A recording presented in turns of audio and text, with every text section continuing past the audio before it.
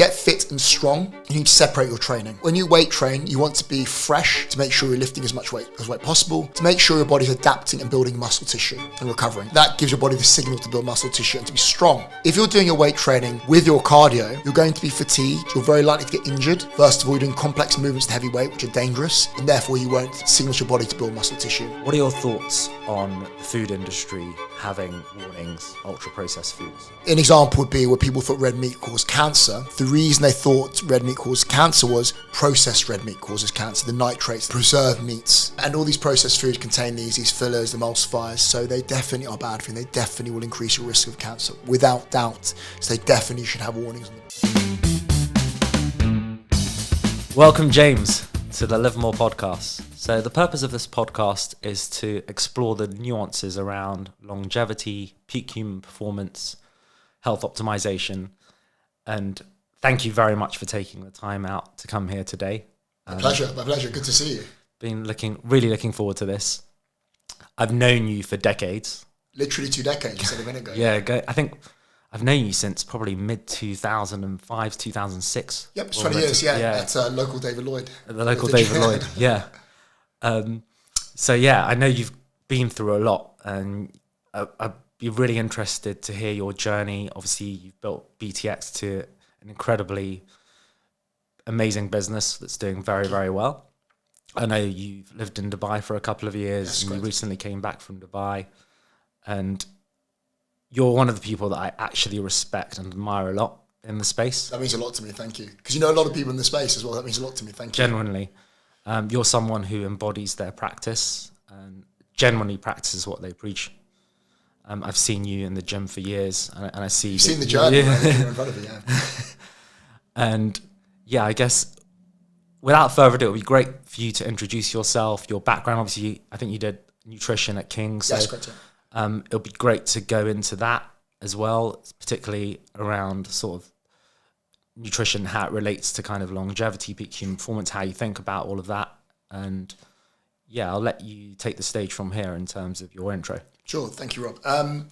So I went to, be blunt, my background. My parents were both dentists, went to a private school, and going down the fitness journey was sort of unusual because I actually was thinking about this just before.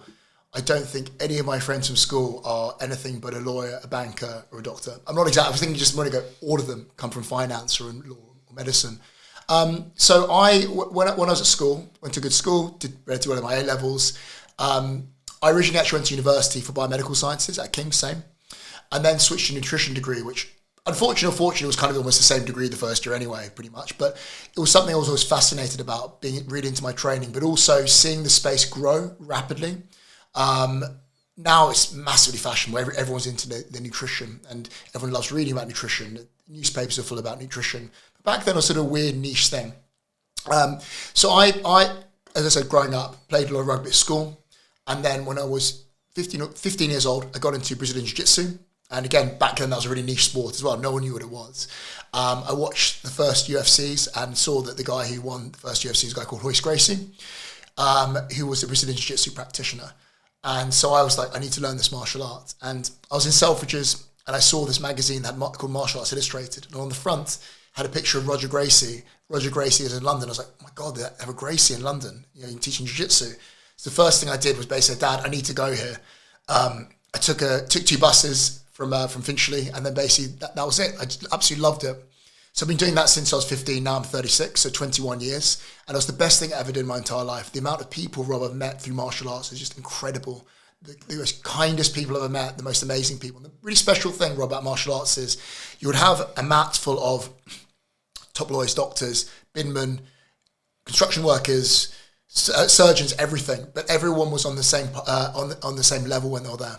And they really were. That's the only place, it's not pretend, it really is everyone is good friends with each other. But one of the biggest things I learned from doing martial arts when I started martial arts young was that you have 2 types of people. People that go there, every single person that goes to a real martial art, like boxing, kickboxing, jiu-jitsu, wrestling, they're going to get beaten up the first time they go there. All of them do. And you have 2 decisions to make. Either you go, wow, I'm not that tough and I want to learn this martial art and go back again and again. Or you create a delusion in your head and then go, it's not for me. Actually, a real street fight would have beaten up the guy, and then you just go off into the distance. And it takes a certain type of person to stick to this. And the same kind of thing goes to businesses, right? You're going to lose a lot of money. You don't know what you're doing. You're going to make a lot of mistakes. And whether you keep going back and learning, it depends on the type of person. The kind of person that endures with martial arts, same kind of person endures with everything, relationships, work, and martial arts. So I absolutely loved it. And basically what happened was going through martial arts, it taught me discipline, work. I know those are the cliche things, but also taught me having a healthy ego is really important. I think a lot of people nowadays, Rob, will go, oh, you shouldn't have an ego. Nonsense. Because actually not having an ego is the biggest form of ego. If someone goes to someone, right, they go, I don't care about that. Say, an example, they go like, well, I don't care about earning any money. Everyone cares about earning money. You're just saying that because actually you're scared of not being successful. The same with, Rob, someone looks at your physique. They go, well, I don't care about being in shape. Of course you do. Every single person cares about being in shape. But actually, the biggest form of ego is pretending you don't have an ego. Actually using the ego correctly and admitting you want something is the best thing you can do. But also having a healthy ego in terms of wanting to improve, not wanting always to win.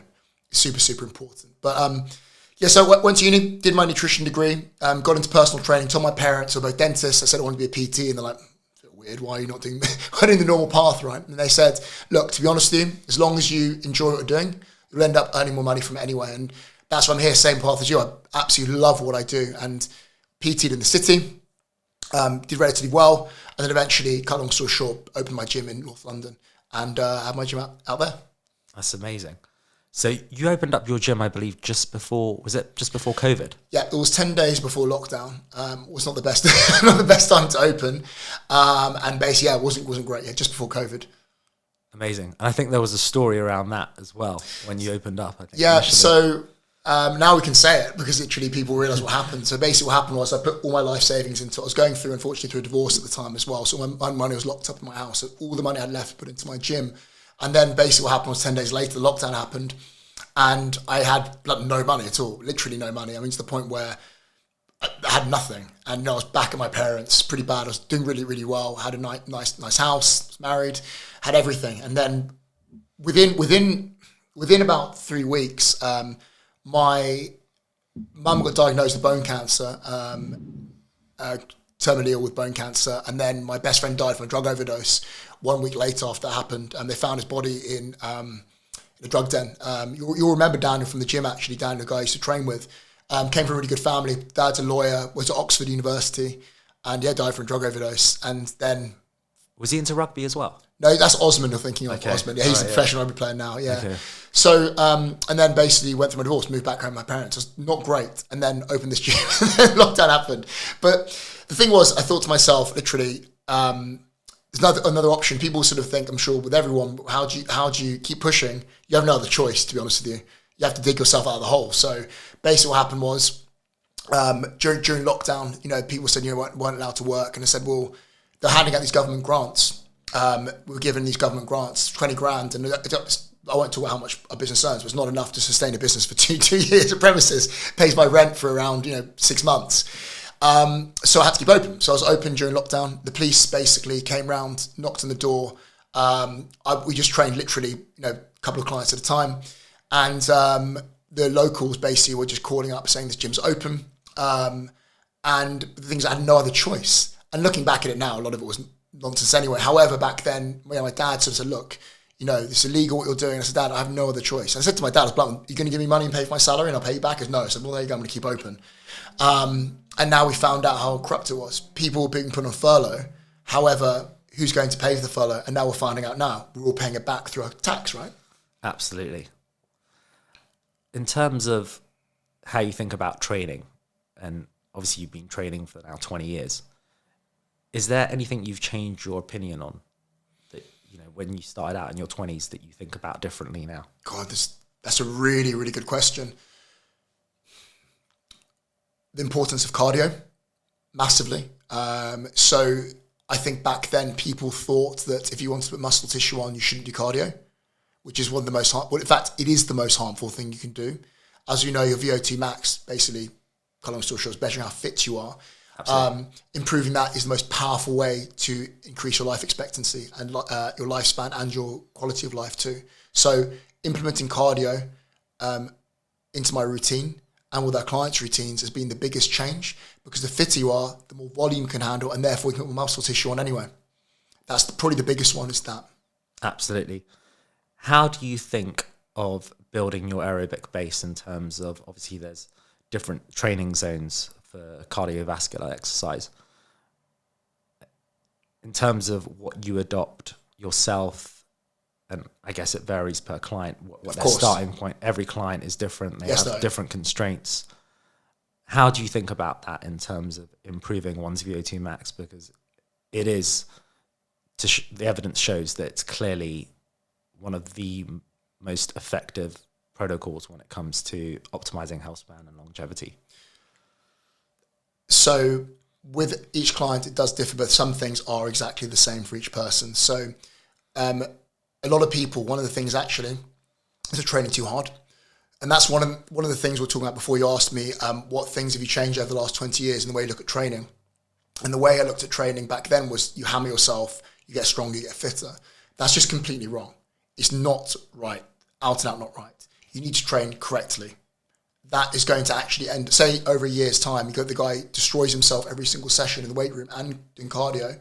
The guy who understands their training, periodizes their training correctly, actually quite a lot of sessions, they'll have some room in the tank, and you feel like, oh, I've barely done anything, I just feel a bit of a sweat. That person in 12 months' time is going to be a lot fitter and stronger than the person that's hammered themselves every session. So when it comes to training of VO2 max, what the studies show, you'll know the answers anyway, but you're asking me with the podcast.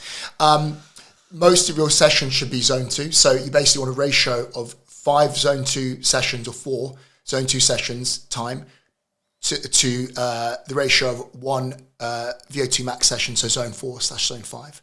So most of your work should be zone 2. And that should actually be for every single client. That should be for everyone.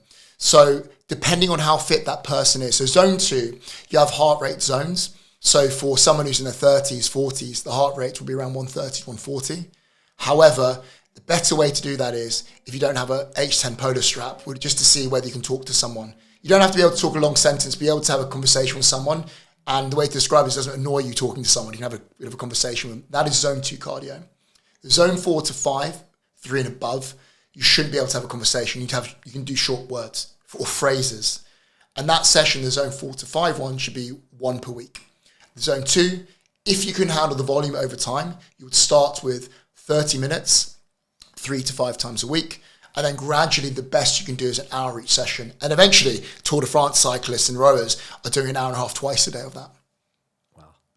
So I think the standard guideline states 150 minutes of zone 2 per week. Spot on. 150 minutes a week, up to 300 minutes a week. That's the range. Yeah. I err on the side of at least 180. I think. I'm exactly the same myself. I do actually 180 to 200 a week. So I try and minimum hit 180 and hit 200 probably most weeks. Yeah, absolutely. Moving on to another topic, in terms of people that you've trained, I believe you trained KSI's brother, I think. Deji? Yes. Deji. Yeah, one of our PTs did Simon. Shout out to Simon. Incredible. And I think there was some kind of bet that was. So Deji has a bet with KSI's brother, who's very famous, who owns a drink Prime and is well known for other things, massive YouTube channels. Really interesting guy. So Deji had a bet with his brother. KSI said he'll pay him £1 million, so probably $1.2 million, if he could get a 6-pack in a certain amount of time. Unfortunately, Deji came to us quite late. He came to us only with 10 weeks left, and I think he was given 6 months. But he did amazingly. I mean, you can see the photos, we put them up. I mean, he did incredible. He was training really hard, he was eating really, really well. He got pretty lean, he got close. I reckon if he had another 2 weeks in him, he would have got a 6-pack. He did really well. Incredible. So just needed a little bit more time. Just more time. And unfortunately, that was with all clients, right? People are a bit delusional how quickly it'll be to get lean. And most people, Rob, you know this, have more body fat than they think they do. You'll get a client come in our gym and I'll say, how much do you think you need to lose? And they'll be 6 kilos. And then what we do is put them on an in-body scanner, which is pretty accurate. It's a pretty good way to measure change. It's not as accurate as a DEXA scanner.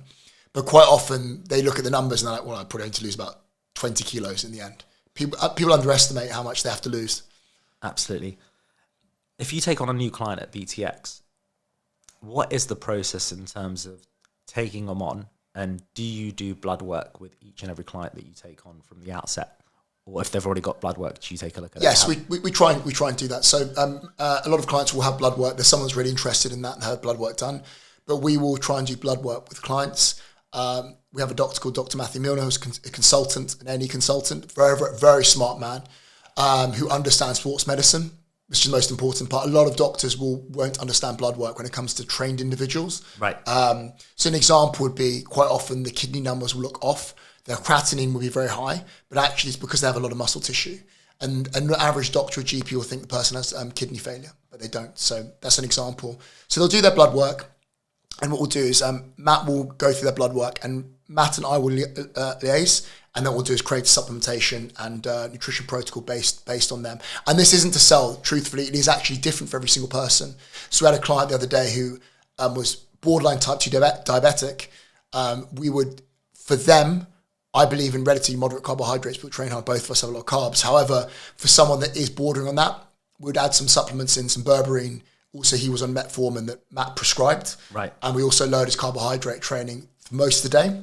And then he would have carbohydrates around his training. So that shows you why it's important to do someone's blood work. Absolutely. I was looking at some studies around berberine. Interestingly, I was taking berberine as well, but I switched to dehydroberberine because apparently it's more bioavailable. Although there are still studies that are lacking in terms of that. I was told that it's less likely to cause gut issues as well if you're taking dehydroberberine. It's funny because berberine, with our clients, a few of them had gut issues with it. And I took it for a bit just to give it a go because our clients taken. I sort of give it a go, but it gave me some gut issues with berberine myself. So you have to tell me how it goes. Oh no, I'll use you as a guinea pig and you tell me how it goes. I've been taking it for a while actually, and I'm someone who's pretty insulin sensitive anyway, but what I think it has helped with is managing, for example, like lowering your LDL slightly. I think it has helped with things like that, and ApoB a little bit. I wouldn't say a massive amount, but I think there is evidence to show that it does help with lipids. Do you think that's possibly with just controlling the blood sugar better? I would imagine so. But Perhaps. I don't know, but perhaps, yeah. It'll be interesting to look at the research behind that and the science behind that, but that's what I imagine. The strange thing is a lot of these supplements that people who give an example, fish oils, whatever it may be, people thought, it was placebo, but thought it was nonsense. The problem is you say you're 25 and you don't take them because you think it's a nonsense. By the time the research comes out, almost not too late, but you're sort of putting off time that you could be using them. And I think if supplements have low side effects that are pretty safe and benign, I think why not try them? Yeah. I think one of the supplements that you keep mentioning that's important, that I take every day and I think is really important as well, is omega-3s. Oh, fantastic. Yeah, so 2 supplements that I think without blood work that people should, I'm not saying should definitely take, but strongly consider is creatine monohydrate. Absolutely, 5 to 10 grams. Omega-3. Those 2 supplements are so important. And vitamin D as well. Yeah, vitamin D, especially in the UK. I mean, you're in Dubai, so probably less of an issue. Yeah, so if you're going to take 3 supplements that pretty much everyone should take, and look, of course, consult your doctor, of course, do your blood work first, but in general, 99% of the population should be supplementing with a high-quality omega-3. One of the ones I love is Nordic Naturals, very high-quality supplement, low in heavy metals. Quite often, cod liver oil or fish oil can be contaminated with heavy metals. So make sure you look for one that is tested, which one of them is Nordic Naturals. You want to have 2 to 3 grams of EPA, DHA total. So you look on the back.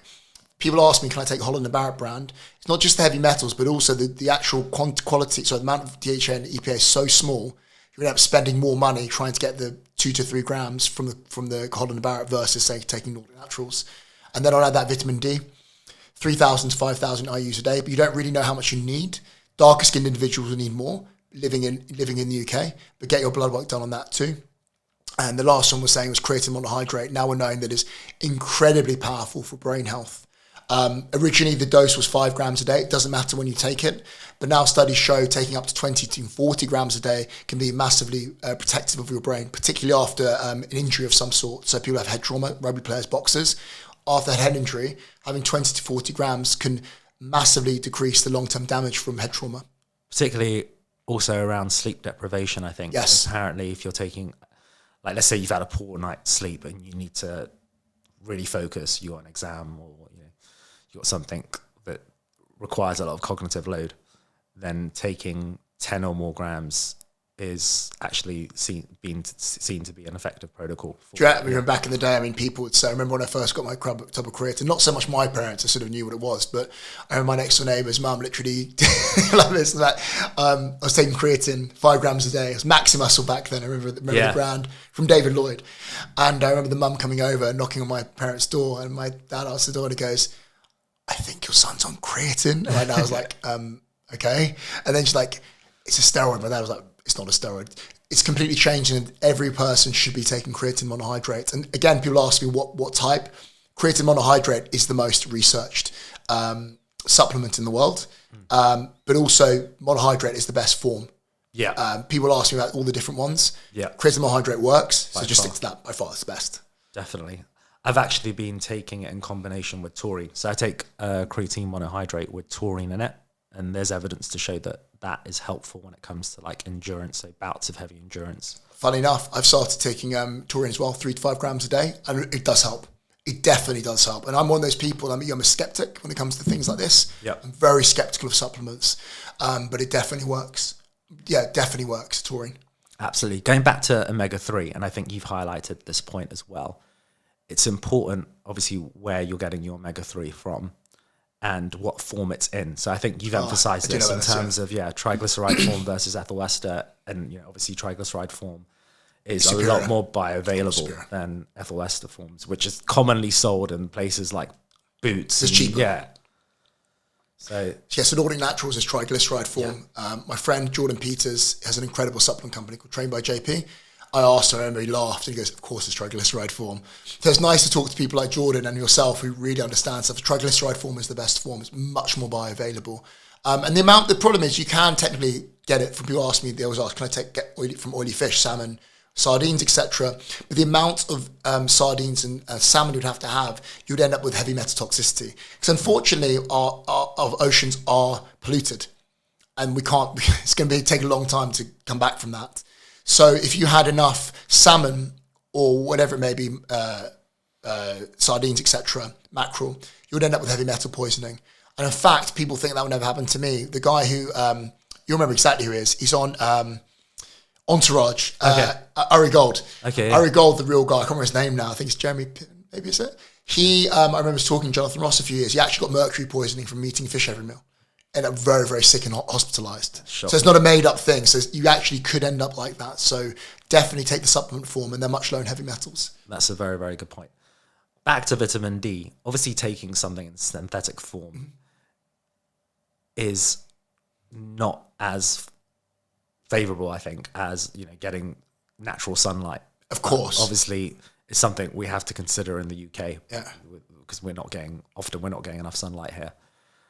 So that's something to also think about. But also, in taking vitamin D, I think it's also important to weigh in other factors, such as whether you have enough magnesium.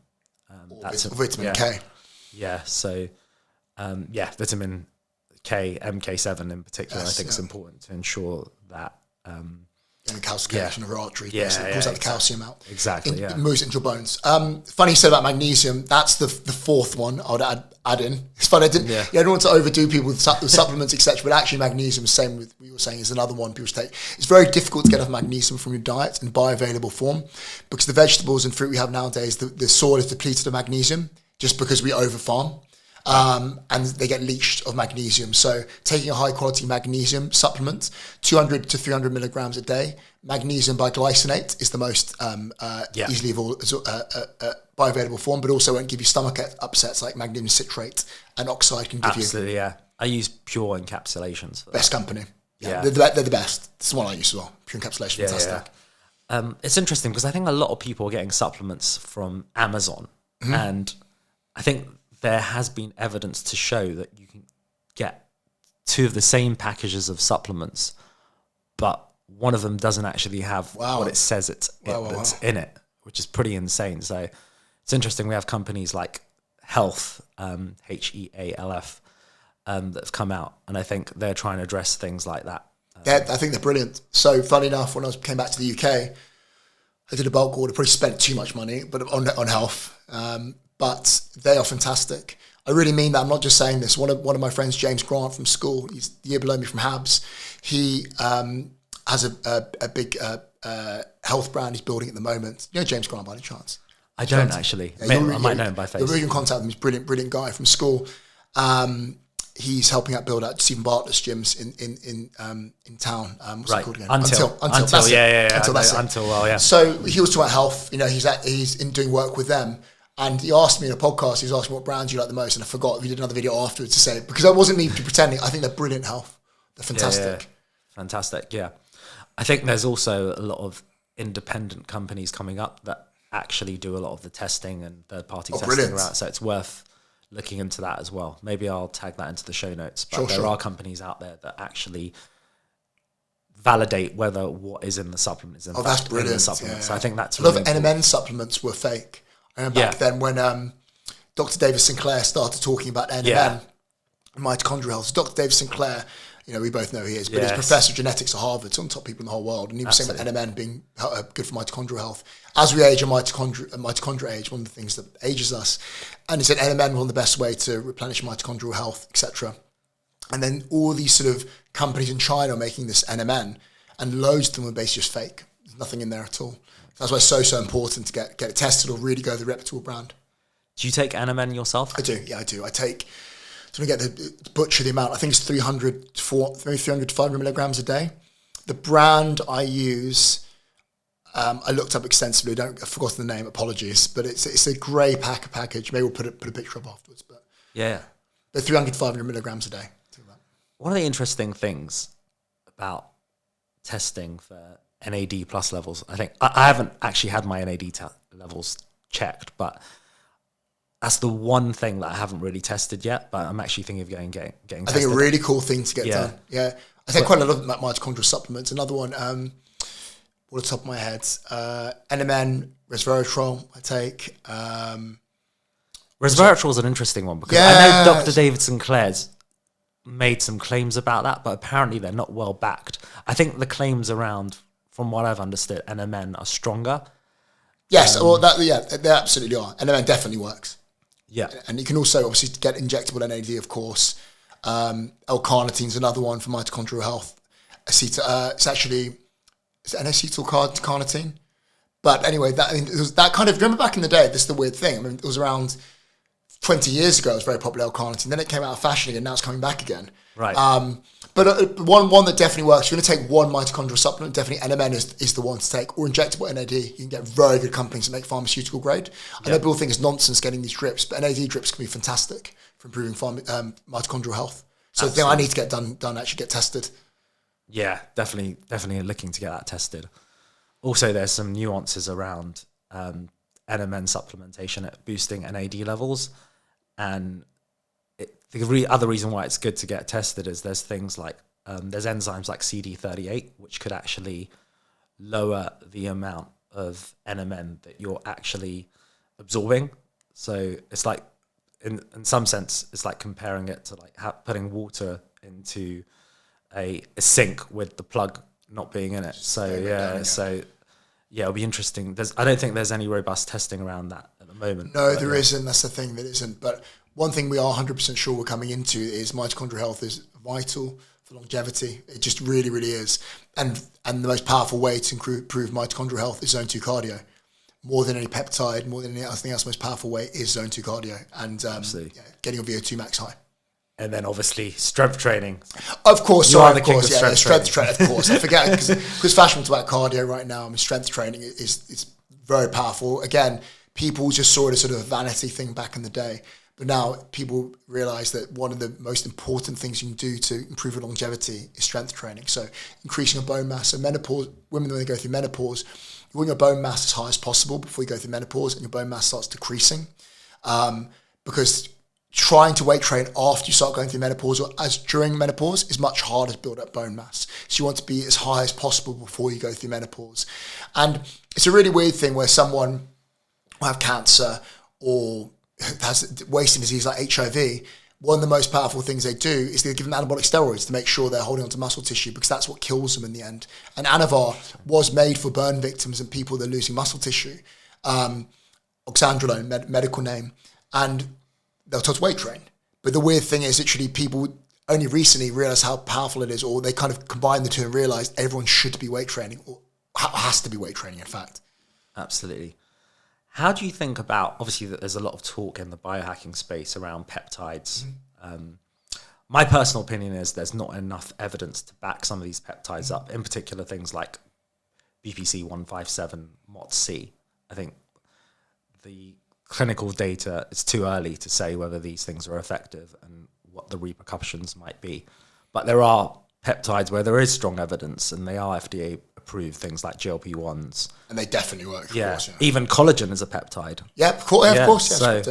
So I take marine hydrolyzed collagen. I take there's collagen evidence. as well. Yeah, there's evidence to show that it's good for skin health. So. You're not, Rob's laughing because I wasn't trying to schmooze him. He'd ask me nice questions. I generally said to him, how old are you? He's 44. I'm allowed to tell you, listen, 44. 43 still, but I'm going to be 44 in October. Yeah. Okay, so actually 43. Yeah. So the funny thing is, talking about that, I'm at the age, I'm 36 now, where I start lying about my age a bit. It's terrible. But I genuinely said to Rob, when he said he's 43, I genuinely mean this. Obviously, you're going to be older because I can't get older and you say the same age. It doesn't make any sense. But by looking at Rob, I'm sure the listeners will tell you, the comments are going to be horrible, aren't they now? But I genuinely say he was in mid-30s. It's bizarre. It has to deal with the devil, or you're taking the right supplementation. And that's why she listens to podcasts more. It's funny you say that. Sometimes I'm in the changing room and like people ask me about my age. And like, well, when I tell them, they're like, F off. No, it's one of those, I thought it was weird when you told me that. Because obviously I know you are, because we're back in the day. So you would have been, my goodness, you was young. Like, you were just going to business school. You're 23, 24. It's crazy, isn't it? Yeah, that's how long ago it was. Yeah. But I got sidetracked. So I want to talk about peptides. Yeah. So what do I think of peptides? I think they're promising. I think so one of the ones that definitely work, GLP-1 agonists work. I was at university when a physiology lecturer who was a Greenwood Lecture Theatre at King's. So she was one of the top physiology lecturers in the world. She spoke about this new drug, it was a GLP-1 agonist back then. And I remember this picture on our notes that had a lizard on there. And the reason I had that was because they extract this from the Gila monster, a lizard. And that's where they found these GLP-1 agonists from. Fascinating. And we were learning about gut hormones. That's why it came up, the GLP-1s. And she said this will stop obesity in the next 15 to 20 years. And this is why I get annoyed people in the fitness space that have this chip on their shoulder. They go, well, they're lazy people taking this. And like, well, not really. The thing is, actually, more than ever, you need a personal trainer. What's happening with these GLP-1 agonists is the people are not eating correctly. And what happens is, and they don't weight train. Yeah. They starve themselves. They lose muscle and fat at the same rate, and they end up the same body fat percentage, but just lighter. And they look terrible. They look skinny fat. And they end up with a lot of health problems, losing bone mass, etc. So more than ever, someone needs guidance from a trainer or a nutritionist to make sure they eat properly while they're on these GLP-1 agonists, and to show them how to weight train while they do that. And that's going to mitigate the side effects you get from GLP-1 agonists. What's going to tell your body in a calorie deficit is, if you're eating enough protein, eating well, you will end up just burning into your fat and all into your muscle tissue, and therefore you look great at the end. You look like a Hollywood star. The thing about GLP-1 agonists are, I think they're a brilliant tool, in particular for people that are massively obese. Absolutely. People that are really, really big. People don't understand that it's a mental health problem. You don't get to 160 kilos by just having a scoop of ice cream every night or eating a couple more biscuits. It's actually very, very sad. So these GLP-1 agonists, I think, are brilliant and can save people's lives. And people ask me about the side effects. I can tell you one thing, Rob. The side effects from being 160 kilos are going to be worse than the side effects from GLP-1 agonists. 100%. I agree with that. Absolutely. Yeah, definitely something to take into account. It's funny, I asked the same question to Asim Malhotra, and he's like, I wouldn't give it to my worst enemy. He's feeding his worst enemy. What's his name? Dr. Fauci. He's giving him, try this new drug. Yeah, but no, look, there are going to be side effects. The problem with drugs that just come out, you don't know what's going to happen with them. However, if you're 160 kilos, so actually, what the advice I'd give is, if you're someone that is slightly overweight, I would do everything you can to get a trainer and a nutritionist, and do it the correct way for you. But if you're someone that is massively overweight, to be honest, you have nothing to lose. Yeah, we have a lot to lose. At least it could be. At least it could be a catalyst to get them started. I think the problem with a lot of these things is, like, take SSRIs for instance. People become addicted and they become reliant. And that is the issue, is being able to do it but not rely on it. You know, just to be able to get you going. But I think that's the issue more than anything else. So it's funny, that was the next point about the GLP-1 agonists. So the whole point, how you use them correctly, is someone that has a really bad diet, has very bad eating habits, binge eats all the time, has a binge eating disorder, which unfortunately probably is 80% of the population have a binge eating disorder. They pretend they don't. They starve themselves during the day, they eat nothing at work, and then they go home and binge biscuits. That's more than half the population. What it can do, the GLP-1 agonist, is take away food noise. So what can happen is basically you don't feel starving or don't feel ravenous, and you basically just eat when you need to eat. Yeah. What you can do with that is then you can start to correct your diet, because you're not brutally hungry. You basically can start to think to yourself, what should I be eating? And you improve your food habits. When you start to lose weight, two things: you feel better about yourself, therefore you start to feel less depressed, you're less likely to binge eat anyway. Absolutely. But also you build good food habits, so you're not reliant on it. So when you come off the GLP-1 agonist, you already feel more full because you're eating enough protein each meal and your food habits have changed. Same with the SSRIs. They can be fantastic for people that are a mess. Again, it's very easy for people. I know, again, personal trainers, people in the fitness industry, it's horrific. Talking to psychiatrists how to deal with mental health is disgraceful. You need to use a two-pronged approach. Of course, diet and exercise, sunlight, connection with people is incredibly powerful, if not more powerful. But the SSRI gets them out of that space. They can think clearly and eventually move off the SSRI once those habits have changed. Absolutely. Society signals is a big factor. So there is evidence to say that if you take, I think it's 30 grams of protein first thing when you break your fast, that can effectively act as a GLP-1 in a sense, because of course, so there are ways around it if you feel like that there's too many side effects. Eating protein in every meal is the most powerful way you can stop yourself getting hungry. Most people just don't eat right. Their meal would be a bowl of pasta or a pack of crisps. No wonder you feel hungry. Rob, if I had that, I seem to be disciplined in my food. I'm not particularly disciplined in my food. It's because I'm eating proper food. My food habits are good in terms of I pick good food. The thing is, this calories in versus calories out. To lose weight, you have to be in a calorie deficit. And then people say, move more, eat less, etc. That doesn't work. We know it doesn't work from studies. Just being in a calorie deficit does not work. However, you still need to be in a calorie deficit to lose weight. Absolutely. So how do we work around that? The way we work around that is eating good quality food. If you eat foods that are more natural, that are whole foods, meat, vegetables, fruits, whole grains, etc., you're going to feel more full. 100%. If you eat 200 calories from chicken breast versus a couple of scoops of ice cream, the chicken breast is going to make you feel more full, therefore you're less likely to overeat calories, and therefore you lose weight. Absolutely. Having nutrient-dense foods is absolutely essential in terms of feeling more full, for sure. Spot on it, of course. Yeah. In fact, M&S has launched a whole new range called Nutrient Dense. Actually, so weird you said that. I've noticed when I came back to the UK, when I go into, God, it sounds so snobby when I go to Waitrose, but a lot of the foods at M&S as well will have all the ingredients on the front. So you notice this, that a lot of them, they've removed all the fillers and everything. So you actually look at them, they're basically that salt, lemon, olive oil. They don't have as much rubbish in them anymore because they know people are looking at them. Absolutely. Another point that I think that is not emphasized enough is fiber, getting enough fiber, because there's a lot of social media noise around protein, but there's nowhere near the amount when it comes to fiber. And I think that's starting to be a new trend in terms of ensuring that you have enough fiber and the benefits of that in terms of improving your gut microbiome. I can look in the eyes and go, I swear on my life, that's the next topic I wanted to go into. I was thinking of Tim Spector. I was actually looking in the eyes. Yeah, I was going to ask you about Tim as well, actually. Yeah, so I was at uni, one of our lecturers at King's, incredible guy, grew up around here as well, around the corner. So about gut health and fiber. So it's not as sexy. Protein we've known about for a while because people want to build muscle tissue.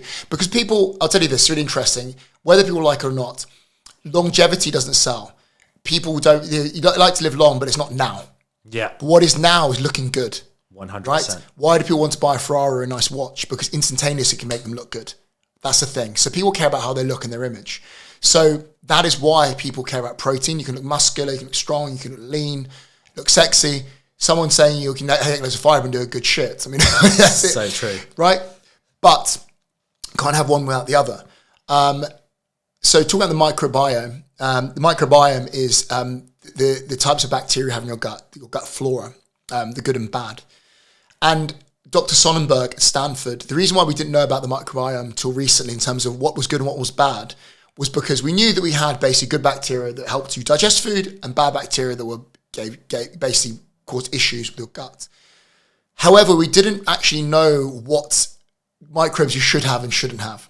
Till Dr. Sonnenberg at Stanford and his wife tested, and same with Tim Spector at King's College London, did massive epidemiological studies with large amounts of people to see people that had good gut health, what microbes they have. People with bad gut health, what microbes they have. And they took this massive pool of data and then created a microbiome map of what you should have. And that's how we have gut health testing now. What you'll do is you go to a doctor and they'll take a stool sample. They will test your gut microbiome by seeing what you have in your gut, what bad and what good. And they'll tell you how healthy your gut is from that. But it's only because they've done all this epidemiological data and testing that they have now this gut map. That's fascinating. On to Tim Spector as well. Obviously, he created Zoe and the CGM. Do you have a view on that? In terms of, do you think we're over-optimizing? Do you think there's any meaningful way of tracking your blood glucose? Do you think it's useful for some people, maybe not useful for others, or are you over-optimizing? Good question. So we're about the blood glucose testing. I think that's unnecessary. However, people that are borderline type 2 diabetic, absolutely they will need to. And certain populations have tendencies towards type 2 diabetes. So a lot of Asians, South Asians, maybe it can be more useful for them. But one thing about Tim Spector and the team at Zoe, the gut health testing is incredible. They are the best in the world at that. In terms of the way they do it with their gut health testing, what they'll do is they take your gut microbiome and they tell you how to eat. To be honest with you, you can do that without having your gut microbiome checked. There's a few things you should be doing. If you want to optimize your gut health, there's a few. This is the list. Number one would be to increase your fiber intake and the types of fiber you have.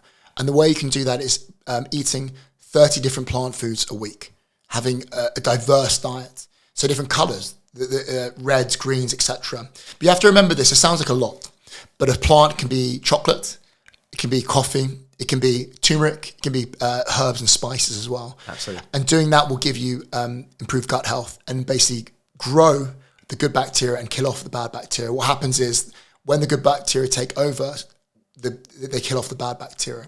Number two would be fermented foods. So eating things like kefir, sauerkraut, kimchi, kombucha, which I love. Yeah. Having 2 of those per day, 2 to 3 per day, every single day.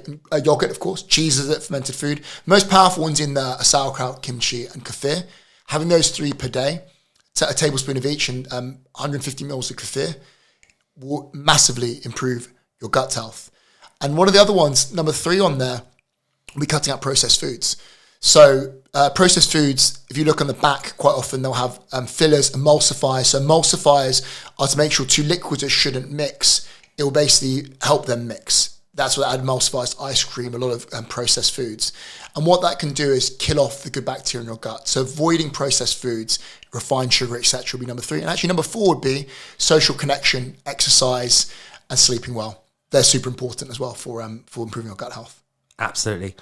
When you mentioned emulsifiers, it just made me think of this series that I watched recently on proteins. It was like the top 10 most popular protein brands. I think it was like, so it was, funnily enough, you mentioned Maxi Muscle earlier. They were one of them, and they were showing that basically Maxi Muscle protein, gold standard, some of the most popular ones are actually terrible for you in terms of the ingredients that they have in them.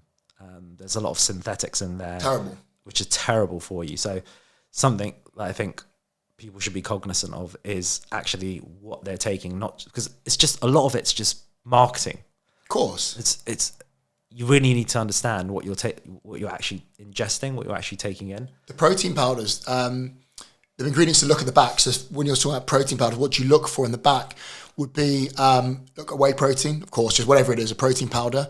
But the other things I have in them are a lot of, I know people don't like this, but artificial sweeteners are not good for your gut. Yeah. I love artificial sweeteners because I drink, I'm sure like you, loads of Diet Coke, etc., which is aspartame. Sucralose, which is was so called as better artificial sweetener, is not good for your gut. So we can say about the cancer risk, etc. The amount of aspartame you would have to increase your cancer risk is ridiculous. You're not going to have that. However, sucralose, which is in all the protein powders, is bad for your gut microbiome. Yeah. Look, I don't, having a bit per day, if you want to have it, go ahead, but it will make your gut microbiome worse. So the whey protein, I have something called Naked Whey. Right. Where it is literally grass-fed whey protein. If you have the flavored one, I mean, that is the only ingredient. But if you have the flavored one, it'll be cacao powder and coconut sugar, and that's it. Absolutely go for that brand Naked Whey. It's a lot better for you because all the other ones are just full of crap. They just are full of like 400 different ingredients. Absolutely. Couldn't agree with you more.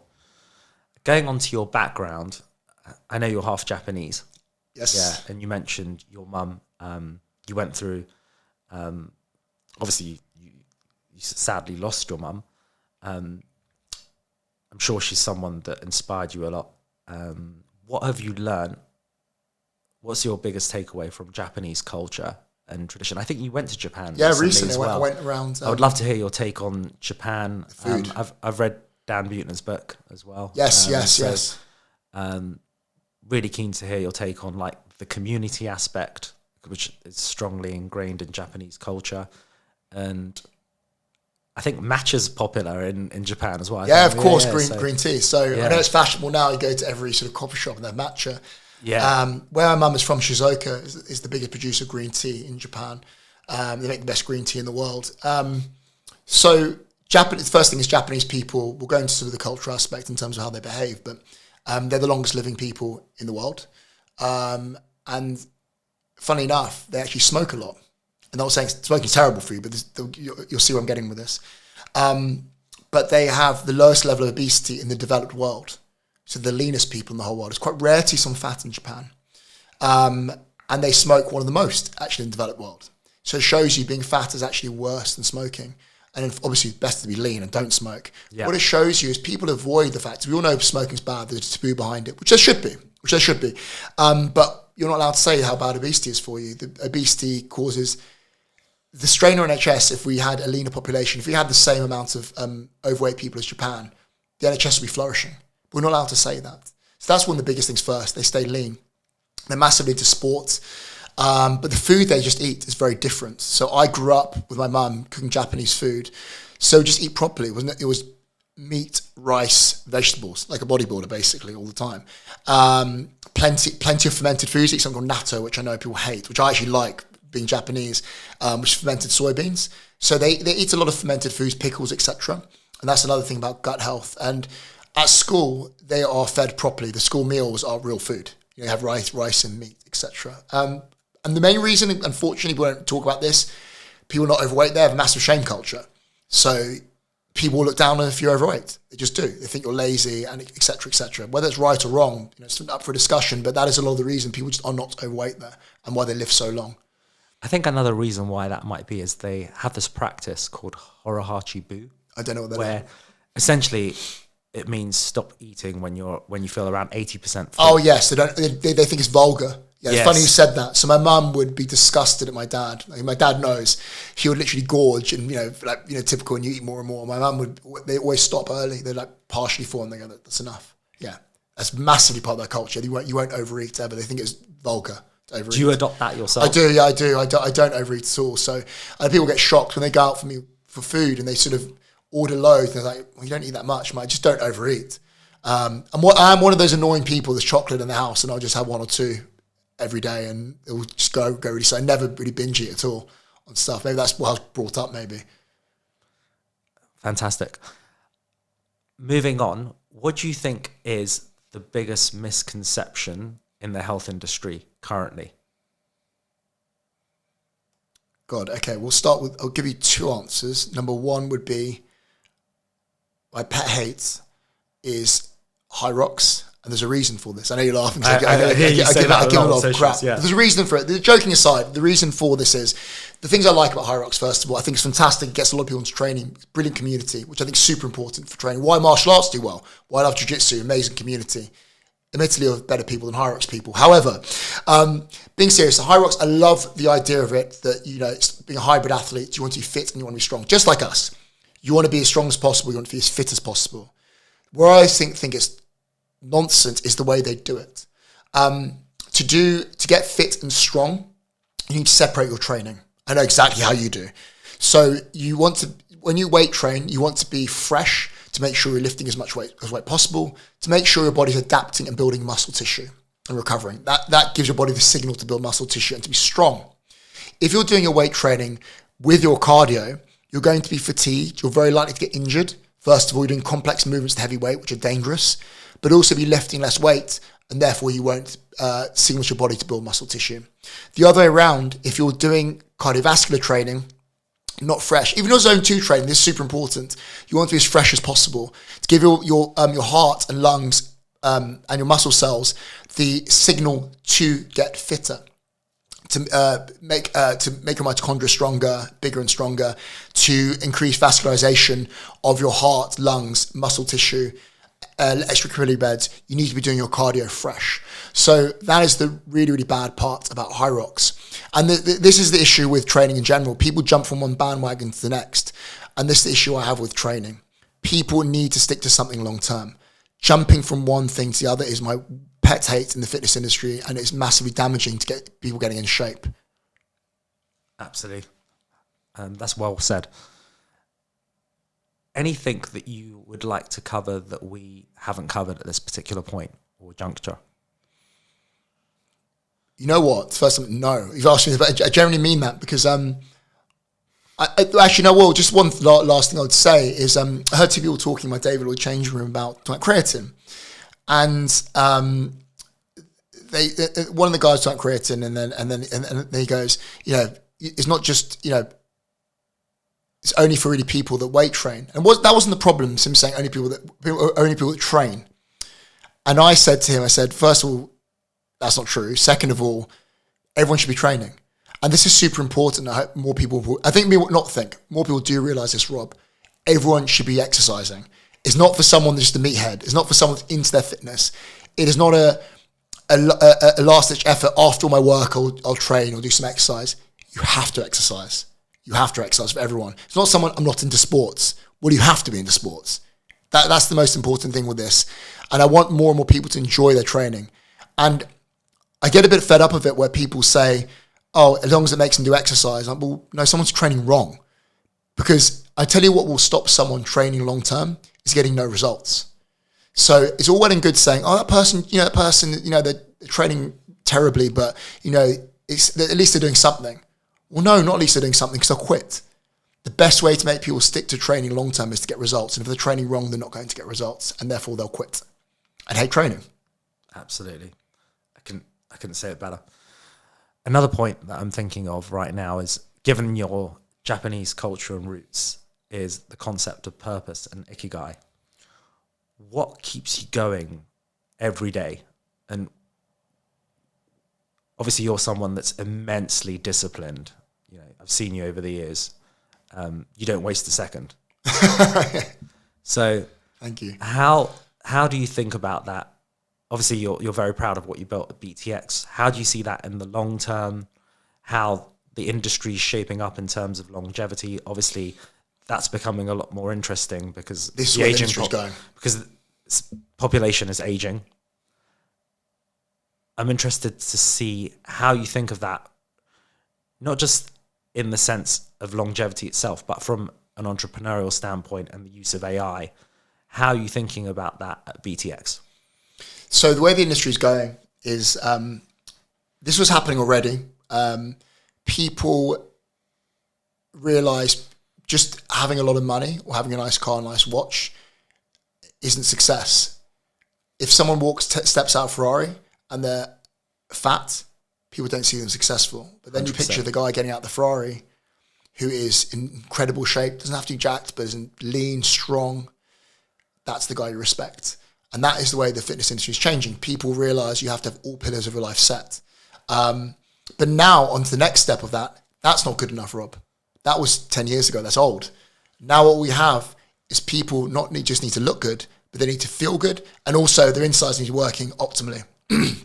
And you need to have everything optimized in terms of getting your blood work done, in terms of not just lifespan, but health span. And what that means, I know we talk about this a lot, is if you live to 85 and you were crippled from when you're 40 and you're in a wheelchair, you're overweight, you survive, you hobble along basically to 85. That is poor health span. You want to be strong and fit for as long as possible. And this is where the industry is going. And what we're having is integrated medicine now, where it's not good enough where you just have someone who is your cardiologist. You have someone that's your GP or someone that's your trainer. They're all integrated together as a team. And that's what we have at BTX. We have medical professionals in each field that will do their blood work, look after your heart, and also look after your body in terms of physiotherapists too. Your training, your nutrition is integrated as one. Because quite often what happens with people, it's great having private healthcare like you and me do. You go to your GP and they'll say something different to your trainer. The trainer will say something different to your nutritionist. So what you need is an integrated team like a BTX that talk to each other and come up with the best plan for you. Love that. I think preventative medicine is definitely the future. Precision medicine costs a lot more to get someone healthy after being ill than to prevent it in the first place. Exactly. My dad has always told me prevention is always better than cure or treatment, and that's something I've definitely taken on board from him. Absolutely. Just thinking of any other points that we haven't covered at this point. I think we've covered quite a lot. No, you did well. I think I genuinely asked I'm not just saying, but asked really good questions. Everything I wanted to cover, in fact, things you asked me, I did this, I was almost like, oh, yeah, you are going to ask me that. Everything came out. You've covered everything. It's also very aligned with how I think, which is awesome. I was really, really, thank you for having me on because it was awesome. Like I really, really enjoyed it so much. And also good to talk to someone that loves it as much as I do. Pleasure. That's good. The other point, actually, I just thought of is, I think this is important, the types of training that you're doing. So one thing that I've noticed about you is you don't just strength train, you don't just do cardio, but you're also doing martial arts. And I think that's an important point because when you're weightlifting, you're only working certain ranges of motion, right? Whereas when you're doing like jiu-jitsu, you're working all planes and angles, right? Yes. And this is partly why I fell in love with b-boying and breakdancing. It's incredible. I knew that's why you were asking this, because it's in all planes. It's not one, Exactly. So I think that's an important point in terms of actually how you're moving and what actually applies to reality. Do you know what I mean? So so that's a good question. So how do you weight train for sports? So with me specifically, mixed martial arts, so Thai box, so it's a mixture of things, but striking, grappling, etc. And I think they're the most pure ways to move martial arts, similar to what you're doing as well, just basically being able to move your body. Because you have people that can be, I hate to use the word functionally strong, can back squat 200 kilos, but will feel weak as a kitten when you grapple with them. So the whole point of weight training, cardiovascular training for an athlete, this is super important. People do not get too specific with their training. So all the best strength coaches in the world, the whole point of the weight room is to build physical properties for their sport. It's not literally to mimic your sport. What makes you functional for your sport is doing your sport. Super important. So when it comes to weight training for martial arts, you have certain movement patterns you need to get strong at. A squat pattern, so single leg movement too. A hip hinge, which would be like a deadlift pattern. Actually, I'll go through them again. So a squat pattern, you can back squat, you can front squat, you can do a safety bar squat, and picking them will be based on your mobility and your training history, injuries as well. So then you have your deadlift pattern, hip hinge. So that can be a barbell deadlift, stiff leg deadlift. It can be a trap bar deadlift, depending again on mobility, etc. Horizontal press, bench press, dumbbell press, vertical press, overhead pressing. You would have horizontal pull, like a row, vertical pull, chin up, pull up, etc. And single leg movements like a Bulgarian or a front foot elevated split squat. And then you can add some ab training, etc., leg raises. One of my favorite exercises, I'm sure same with you, which I think are the best core exercises you can do, are ab rollouts. I think I know you'd agree with that. Yeah. Of course, it's made my deadlift go up and make me feel so much stronger at jiu-jitsu, and they are brilliant. So again, you progress them from your knees, from standing, etc. The The cardiovascular training you pick would basically be something you can do without getting injured when you do a lot of volume. So that can be running for you. If you know how to run properly, it can be a rower, it can be a ski erg, it can be anything you like. But it's just something you can repeat a lot of volume and help build your heart and lungs without getting injured. It doesn't matter what it is. So I'd say for heavier athletes, rowing, ski erg, assault bike probably is better than running. I think running is the purest movement here. That's why I love running. Yeah. However, and I think it's the best. However, if you're someone that hasn't learned to run correctly, you're just going to screw yourself up. Absolutely. So to answer the question with training, it needs to be actually not that specific. I'll also add some plyometrics in there as well, some jumping drills. It shouldn't be too specific for a sport. It should build physical properties that enable you to play your sport without getting injured and be able to do high volume. What makes you specific for your sport is doing your sport. Absolutely. How do you think about peak human performance and minimizing injury? Because you've performed at the top of your game in martial arts, and you're someone who I know has genuinely pushed the limits, because I've seen like you lift ridiculous weight and you've injured yourself throughout the years a lot. Of course, yeah. So how do you think about that now, like moving on to like your late 30s? Do you think about that differently? Do you think, right now I'm going to hold back a bit more than I used to and like give myself a little bit more time to recover? Just interested to think. Yeah, it's a good question. I think there's two questions I would like to, not question, but I think good ways to answer it. Would I have done something different if I went back is one of them. So when I'm younger, yes. Did I enjoy lifting really heavy? Yes. However, one of the ones I've learned is basically, like I said earlier, was you can train correctly and still hard, but hard enough. Hard enough will give you more results than destroying yourself. Destroying yourself, all that's going to happen is actually you'll hold yourself back, to be honest with you. You'll end up getting injured. So, an example, if you get 3 years of training without getting injured, but you leave a bit in the tank, leave a couple of reps in the tank, you'll end up much stronger than the guy who crushes himself every session because he'll get injured 4 or 5 times in that time period. End up back at zero. Because getting injured is the worst of anything. You know, if you're literally being able to train consistently for a long period of time, even a skill development, say grappling or boxing, whatever it may be, not getting injured is going to rapidly increase your progress. Getting injured, you're back at square one again. So what would I do in terms of training differently? I would train smarter, not harder. I know it's cliche again. And as I get older, how am I training differently? I train with a bit less volume. So I'd keep my movements very simple. So I would only do 2 full body sessions a week. To maximize my recovery. But also I would always leave room in the tank. So when I do my weight training, I'll leave 2 reps in the tank. But real 2 reps in the tank. A lot of people think they're leaving reps in the tank and they've got 20 reps in the tank. But I mean, right. I genuinely, if I ground out as hard as I could to get 1 or 2 more reps. The extra rep, yes, in terms of mechanical tension, you will build a bit of muscle tissue, which is also true, but the risk of injury is not worth it. Right. How do you think about sets and reps in terms of muscle hypertrophy and getting the most out of each session? Well, question. Yeah, finding that fine line where, you know, you're not overdoing it, but you're doing enough to, you know, to reach that point. I think there's a lot of nuance around this because some people know how to push themselves and push themselves too much. And some people aren't pushing themselves sufficiently. Good question. It's a good question. Yeah, I'll be interested to. Right, so you and my idea of pushing ourselves is very different to an average guy around the corner to us. Exactly. So what I think pushing myself would be, I can't see, literally I'm like on the floor or getting sick in a bucket. Yeah, exactly what I think pushing myself. Right, that's a good question. What I do with clients is I'll make them do a weight, as many reps as possible on that weight, and then I can work out what's pushing them. So what I'll do is, say we have a bench press, I'll say do as many reps as possible, 60, and I literally almost not spot them. I'll literally leave them to the point they physically can't do it. And then you kind of have an idea of how hard they're pushing them. And then from that one all-out set, I can work out what weights to give them. Because quite often if you say, have you pushed yourself? Yeah, I have. I've done as many reps as possible. They haven't. To be honest with you, most people haven't. It is very difficult, you're right, because we can know ourselves how hard to push ourselves, but it's very, very difficult to gauge with other people how hard they actually are pushing them. Our perceived effort is going to be completely different to somebody else. Absolutely. It is very difficult.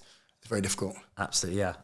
So I think some people say, for example, like 80% of 1 rep max for 6 reps or something like that. Right. So in terms of hypertrophy, you want to be doing, I know, again, it's what everyone kind of knows, but it has to be said again, between 6 and 12 reps. And yes, you can build muscle tissue with really low reps, 3s, 5s, but the thing is the risk of injury goes up. So the reason why you have these ranges 6 to 15, there's a reason for it. If you go lower than that, yes, lifting heavy weight will build muscle tissue, but the risk of injury goes up. 100%. Then, therefore, you go up with the reps. Yes, you will build less muscle, but the point is, you go too high, you end the weight's too light, and you won't build muscle. So you can go basically the 6 to 15 is a sweet spot. For most people, it's around 75% of your max is going to be the working weight, and between 6 and 10 working sets per session. I know it sounds really low, but that's not many working sets. Like if you're pushing yourself hard, say you're doing when you're doing some deadlifts, right? Deadlifting in one set, I'm doing between, over the years on heavier, but say 220 kilos for 10 reps. I'm not going to do another set. One set's enough.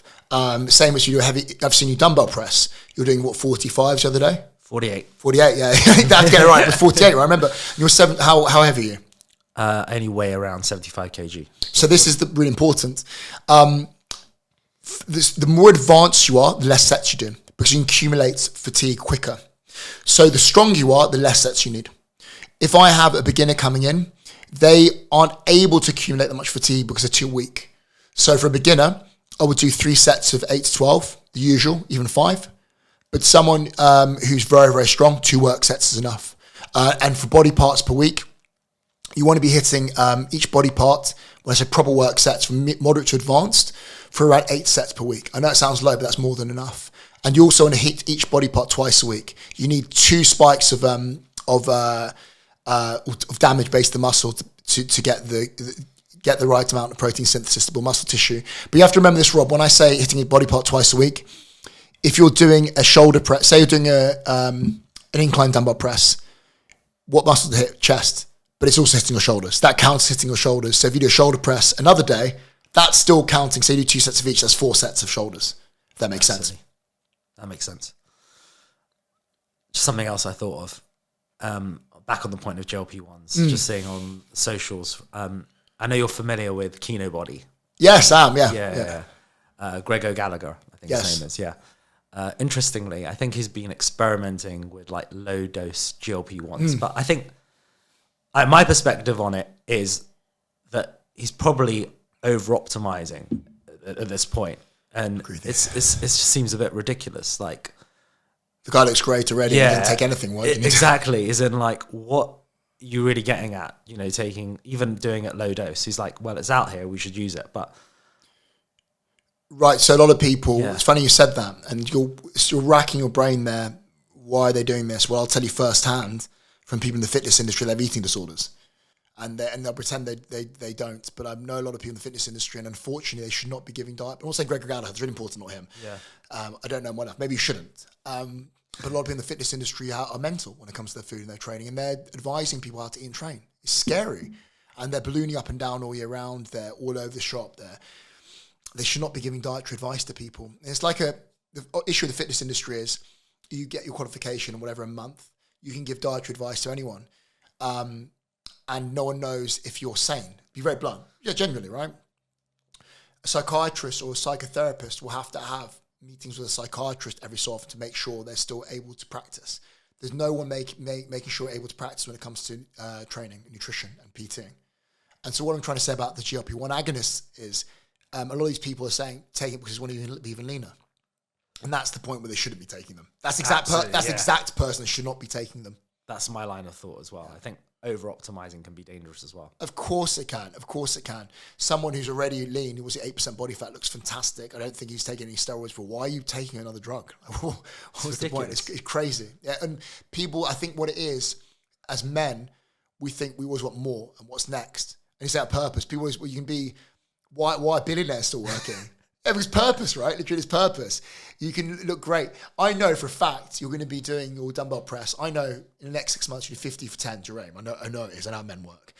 And you're a David Lloyd. That won't be heavy enough. You know, of course, when you hit that, you'll be bored. And you're like, well, what's your best 5K time now? 16 minutes 12. It's absolutely disgusting.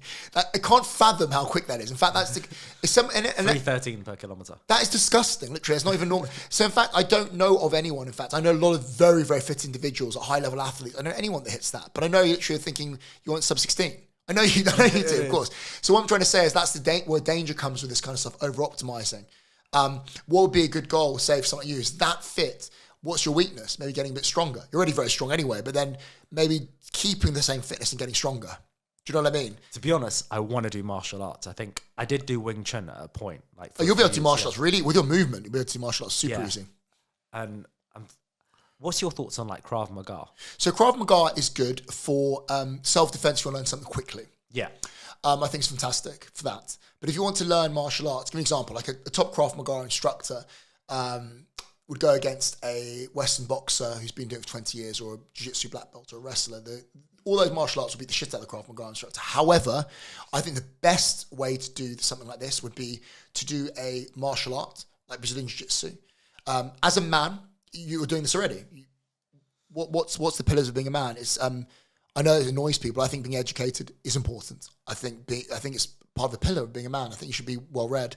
Another one would be being physically strong, physically fit, earning money, and the other one would be being able to defend yourself.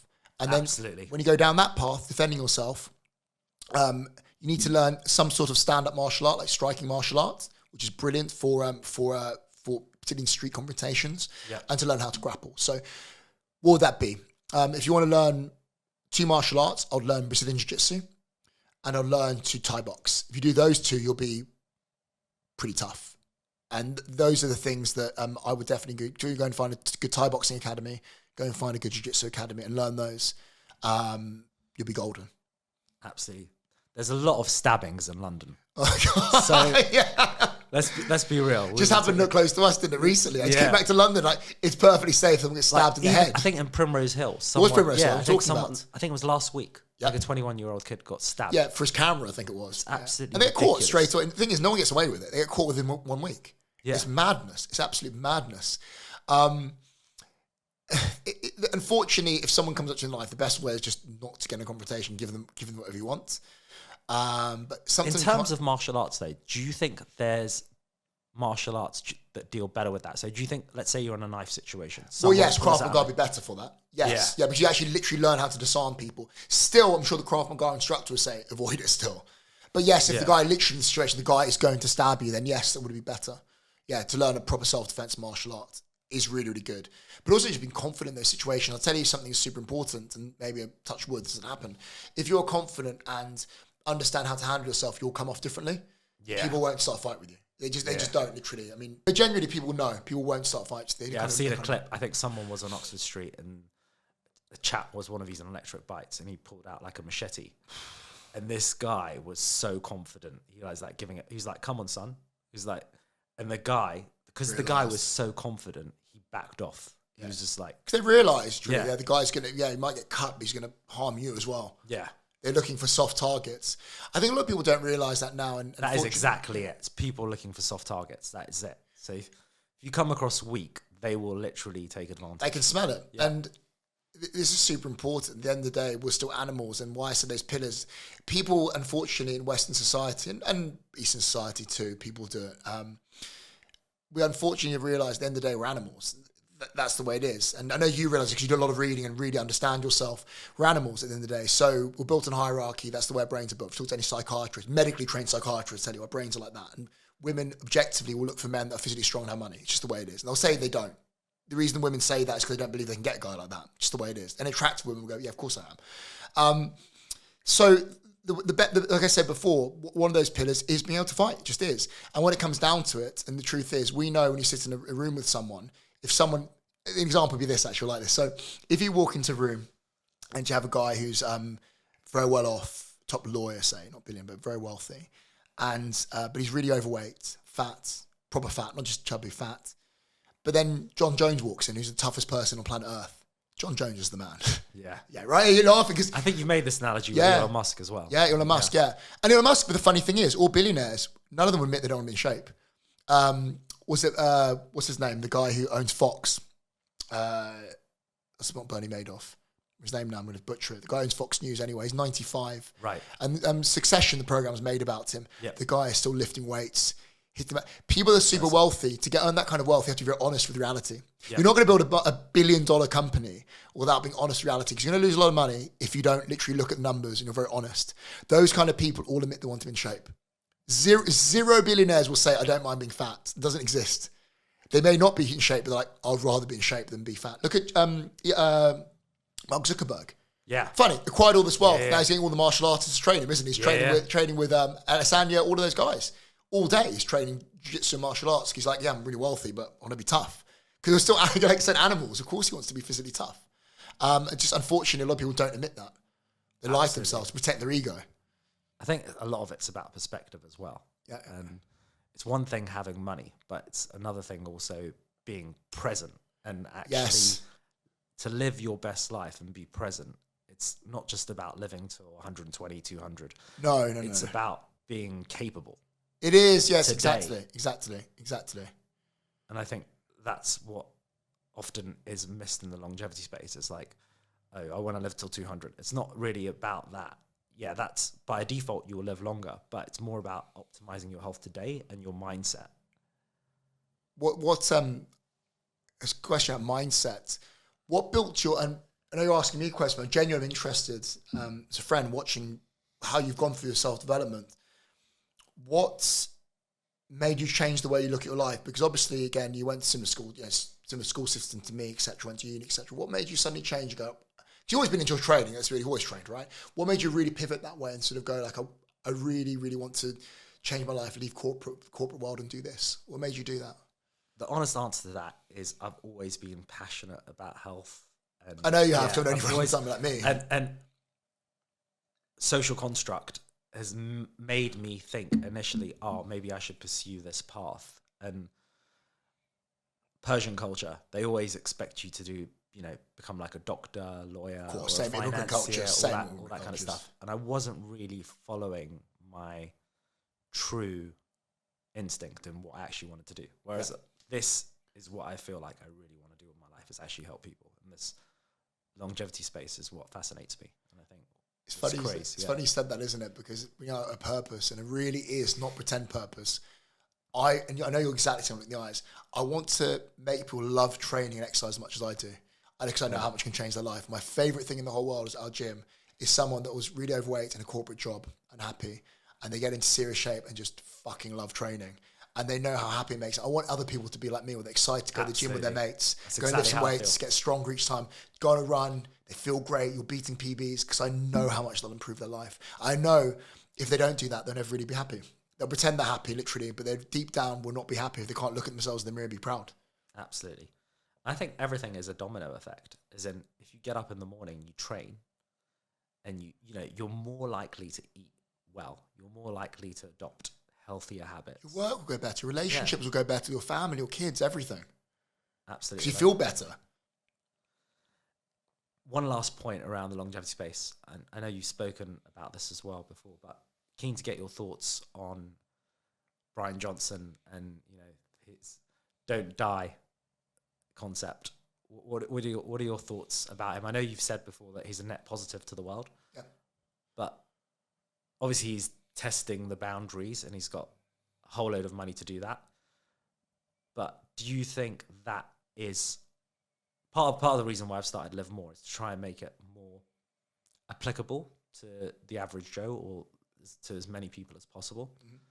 Because I think it's one thing using AI and living your life, because I think his thought process is using AI and algorithms and give your life over to an algorithm, which I think is too extremist, like to a degree. So I think it's finding a balance. Obviously, AI can help us to some degree, but I wouldn't give my life away to an AI to decide what I'm going to eat.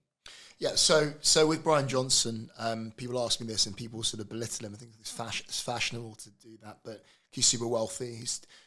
I think he's a really I know by watching him, I don't know him personally, but I'm 99% sure he's a good person. He generally is a loving, kind person. He's not an evil person. Absolutely. But people find it difficult to connect him because the guy is, worth hundreds of millions. And he has endless funds to do this. However, he's definitely net positive in regards to what is fascinating. He does always talk about this, is he's an N of one, which is useful. Yeah. Because when you have an intervention of some sort, say it may be a drug, exercise, doesn't matter what it is, you can't control everything outside of that. But because he is so regimented with everything he does, and he adds an intervention, that if the intervention causes some sort of change, it's because of that intervention. And that is incredibly rare. That's why he's so powerful. So when he started doing the sauna, and he told me the exact numbers that came back with when he sauna, the most powerful intervention he's used, unfortunately, and you know what I want to say, is the hyperbaric chamber. But then doing 40 sessions of hyperbaric chamber is going to cost you around £10,000. So he is very careful. He goes, look, I know this isn't really doable for most people because of the amount of money, the amount of time you have to do, but if you're planning to do this, you can do this. So look, are you going to follow everything he does? No. But like he said before, you can take bits of it. So an example would be, oh, well, you know, he does 10,000 things per day. It's going to cost this much. I might as well do nothing. Well, that's not true. Do some of the things he does. So maybe finishing your last meal earlier. It may be having more plant foods. It may be if you have access to sauna, using the sauna 3 to 4 times a week. He can definitely teach us stuff that are applicable to everyone. And the way he looks at life, don't die, and, you know, his whole point of living is to live long, right? Which is bizarre to a lot of people. But maybe that does give him purpose. Maybe he enjoys it.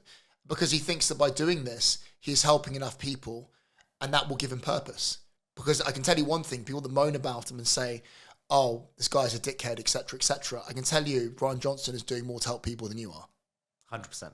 I can tell you he's positively influenced more people than you have, the person complaining about him. That's for sure. I agree with that. Absolutely. In terms of biohacking protocols, I see you do the sauna, for example, the dry sauna. Is that something that you do religiously 4 times a week?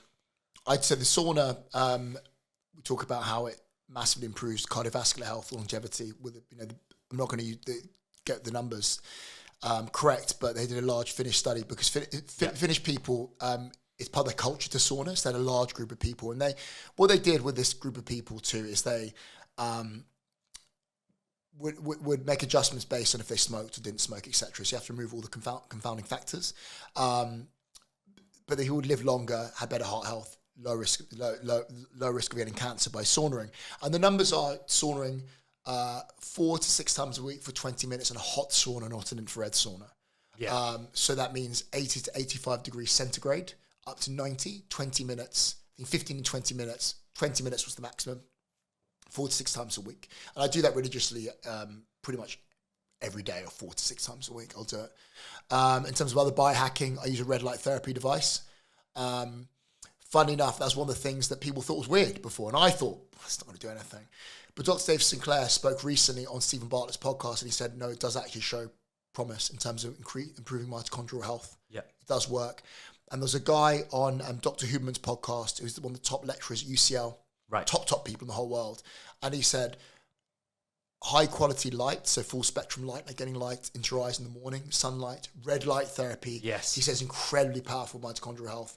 And when people say, oh, this guy doesn't know what he's talking about, these people are the top people in the world. You have to remember this, Rob. Back 20 years ago, if I wanted to get access to these lecturers, I'd have to go to the university. Now we're very lucky to have the top people in the world on podcasts. We're listening to them firsthand. 100%. What other things do I do? When I say biohacking, the usual things, going to bed early, but the fun ones would be, I've also used a hyperbaric chamber for 40 sessions, and that's reduced my C-reactive protein to pretty much non-existent. 40 sessions for an hour and a half. Hyperbaric chamber, really important. You go to medical grade hyperbaric chamber. There's hard with 2 atmospheres. The soft hyperbaric chambers don't do anything.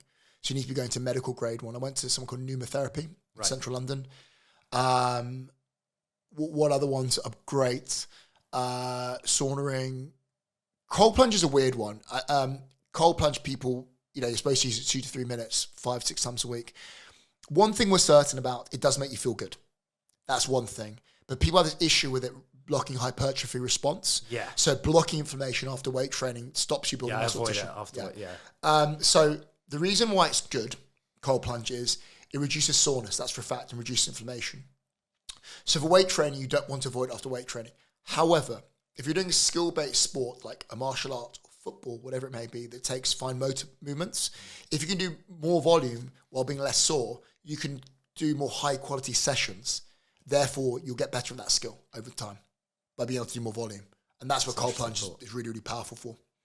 In terms of cold plunges, is that something that you adopt first thing in the morning? So I do a cold shower. That's essentially what I do instead of the cold plunge. When I was in Dubai, I used to use it probably 4 times a week, and it made me feel really good. So one thing it definitely did do is muscle tissue was the same, but it made me feel really good in terms of I felt less sore, my mood was better, I'd sleep better. And timing, I'll do usually whenever I could get in. But if I could optimize, if I just had the time and had my own cold plunge, I'd do it first thing in the morning. Yeah. Right. Like a cold shower, yeah. I believe it's beneficial in that it helps you, I think, create, is it brown fat? In terms of the amount of extra energy you expend while doing it is so minimal. To basically, but what happens is you increases brown fat, which this type of fat basically you burn more energy with. But the amount is minimal. It's just not going to make any difference. I could literally not even a handful of nuts, 5 nuts, and that would make up for it. So what difference to make? Right. It may be a difference between you literally not weighing your food properly one day and the other. It just doesn't, negligible anyway. Absolutely. That makes sense.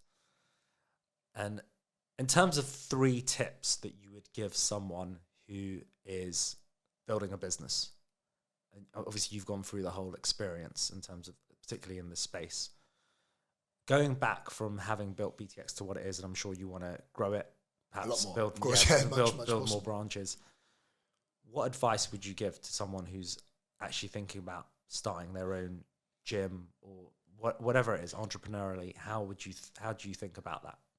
The first thing you have to do, this is the most important thing, and I think it goes for any service-based industry, you have to start from scratch. So it would be, you can't build a fitness business without being on the floor first. So say you have a gym, a PT gym, you need to be a personal trainer yourself to understand how to give good quality service. The same would be to going to a chef, right? Say someone wants to own a 3 Michelin-star restaurant, whatever it may be. They've had to work as a sous chef before. They've had to work under people. And the best thing you can do really originally is to go and work in a high quality gym to understand service quality and also see the mistakes and the good things the business do. And you'll learn from that without spending your own money. I mean, that'd be number one, because you let them make the mistakes before you make them. Because you will make loads of mistakes and lose a lot of money. But if you're watching or working for a business, let them waste their money first and watch what they're doing. Hopefully not what my PTs are doing, watching me. but the first thing to do is basically work the floor, work as a personal trainer in person first. Is the most important thing. Number 2 would be to make consistent content that helps people. Is really, really powerful. You want to be known as an authority in the industry or a certain space. So the easiest way to do that is make content based on what questions you get asked by clients. So a client may ask you, James, you have this issue where whatever it may be, it'd be, how many grams of protein should I? How do you weigh your food, etc. Then you'll basically come up with a solution, doesn't matter what it is, and put a video out on Instagram about that. That's what it is. Or should I eat high carb or low carb? Do a video on that, whatever it may be. The question you most frequently get asked is going to get the most eyes, but also it's going to get the eyes you want, because if clients ask you, that's the person you want watching your Instagram, right? So you'll get you new clients. Number 3, understand it's going to take a long time. You're having a business. This is not for any business. I don't think you're going to lose a lot of money. You're going to make loads of mistakes. You're going to wake up during the night drenched in sweat, probably throwing up in the toilet. You're going to think, am I doing the right thing? But the most important thing is just to stick to it. And number 4 would be, if I had number 4, is ask people who've done it before. Yeah. Don't have an ego issue while not asking people. People have made the mistakes already and they're willing to help you, because by asking someone who's successful and done it before, people think, oh, they won't tell me. They will, because they by asking this person, you're feeding their ego as well. Because they're like, oh, you're going to ask me. So they'll blabber on about it anyway and give you some advice anyway. So make sure you ask people who've done it before. They've gone through the grind already. I just thought of another question. I'm curious to get your response on this. Given all the types of gyms out there, for example, we have David Lloyd, Third Space, Equinox in some parts of London. If you had an endless amount of money and you could build up a new gym chain, how would you approach that, as in thinking about that going forward and how the industry is shaping around longevity? How would you build a better gym than, let's say, David Lloyd, Equinox, anything out there? Let's say you had an endless amount of money. What do you think is the niche? What do you think is missing out there? Absolutely, it's pretty simple. I think they do a good job, a lot of them. I think, give an example, Third Space do a very good job. So we'll start with Third Space. Very good gym space, very clean. I'm interested because of your experience in Dubai, by the way. That's why I went. Yeah. Myself. So what's the difference? I actually think they don't do. I don't think they do it as well. Actually, to be honest, I think London does it well. I think people don't realise this, to give out service-based industries. I think it's very fashionable being a Londoner. I'm a Londoner, so I love doing this. We bash London all the time. Because there's a lot of problems here. Of course there are. There are a lot of issues with taxation and the way the country's going. But one thing we do have is service-based industry is very good here. Some things divide us better in terms of actually face-to-face service, like waiters are friendlier, they're better trained.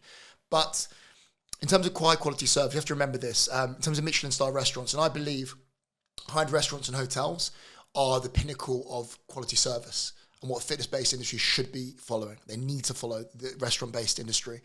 London has the fourth most Michelin-star restaurants in the world of any city. Number 1 being Tokyo, 2 Paris, number 3 Kyoto, number 4 Osaka. So basically all Japanese, which I'm proud of. But so you need to realise that London is good at service-based industry, and these people think that London doesn't do well. I think they do it well. I think we have a lot of good gyms. If you give an example, Rob, if you go to any other city, I'm sure you've done this for work, you go to Berlin or wherever it may be, it's a place in Italy, the gyms are crap.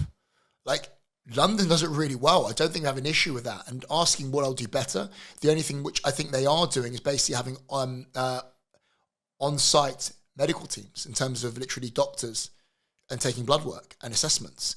And I think that, people would upsell people who go to third space, 2 things. They have excess income, but also they're willing to spend that excess income on health. Therefore, it's very easy to upsell because there's someone who values it. So like you, me, would be upsold easily. They should have on-site doctors. That'd be the biggest one, really. Absolutely, yeah. And also the recovery stuff, of course, but I think that's a bit of fun stuff. You have on-site saunas and cold, but they have that stuff already. So the recovery stuff they are doing now, that's been added to the gyms, right? All of them have it. But the next thing would be the integrated medicine. 100%. What did you think of Gymbox as well?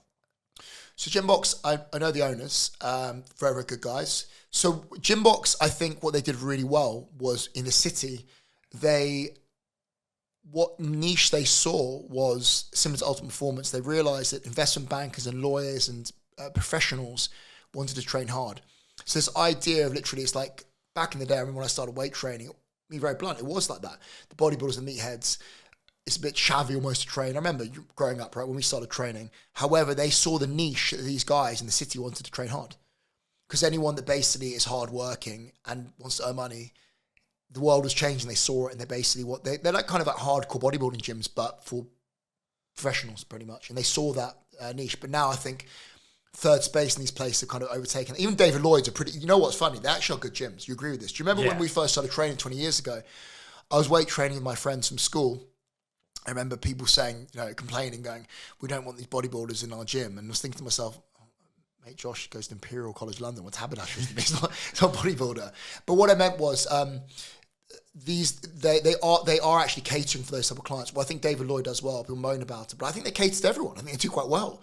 You're going to have like a mum in there, and you're going to have like a meathead bodybuilder. I think they actually cater to everyone, those gyms. I think they're doing a pretty good job, to be honest with you. But I only think the only thing they don't do is having integrated medicine. I think the spa is brilliant though. How can I complain about it? Sauna and cold plunge are fantastic. The only thing is they need heavier dumbbells for Rob. You have to have 60s. More like Exactly. You have to have 60s on there More soon. like for you. Yeah, exactly. 55s and 60s soon. The other thing I was thinking of having like on-site VO2 max testing. Oh, I'd love to have that. I think people stick to stuff more with numbers. So if you get a client in, right, and you come to third space and you get blood work done, you have your body fat checked, you have your VO2 max test done, some strength numbers, I guarantee that client will stay longer if you retest them in 12 weeks. Actually find out business. If you make the product more sticky and they feel like they need to be there, you'll have much more longevity with that client. 100%. I'll spend more money there. So yeah, if I was doing it, I would definitely have like a VO2 max test. Have you had a VO2 max tested? Yeah, I've had it done twice. God, what was it? It was 55. I'm sure it's not higher than that. Yeah, I think... I thought it'd be higher than that with because you're light. So if you're lighter, the algorithm works or the equation works. You're lighter, it's usually higher. So I'm surprised by that. I want to get retested, definitely. Yeah, you're definitely in the 60s. You're definitely in the 60s. Interesting, because Peter Atty was making this. Peter Atty's VO2 max is extremely high. I think it's something like.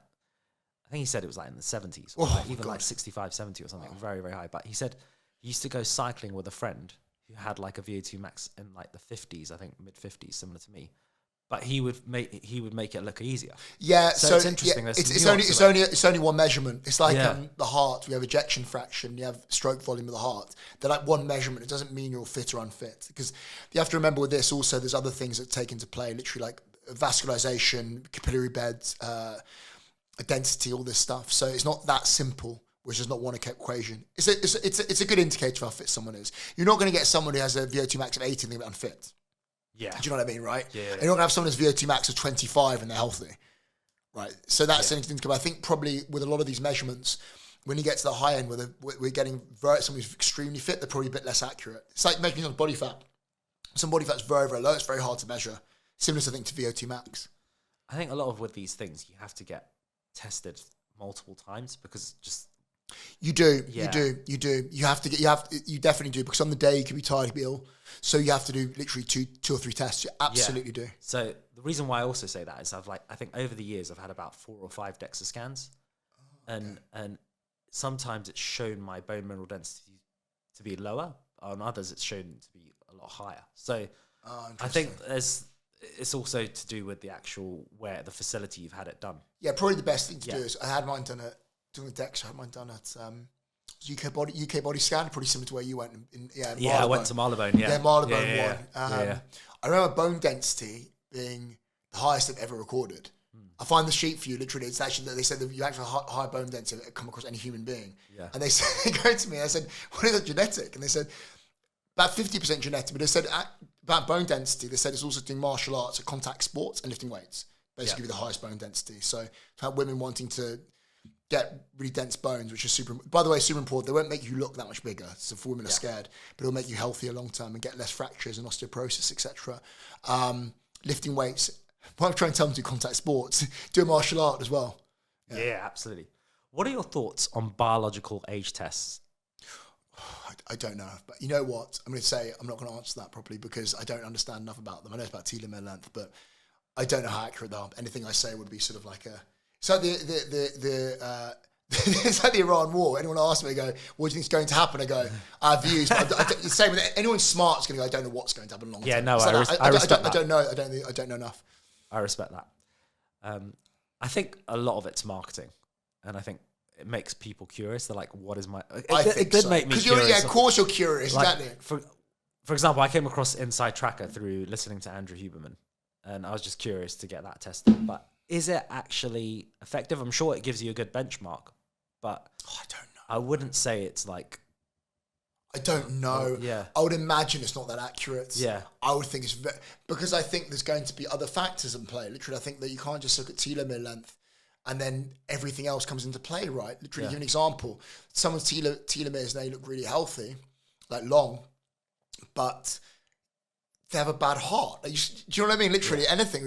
You have cancer on there. We wouldn't test that, would it? Yeah. That's another example where it's great. It's great you have good telomere length, which hasn't been shortened over time, so your biological age is young, but then literally you have cancer growing somewhere.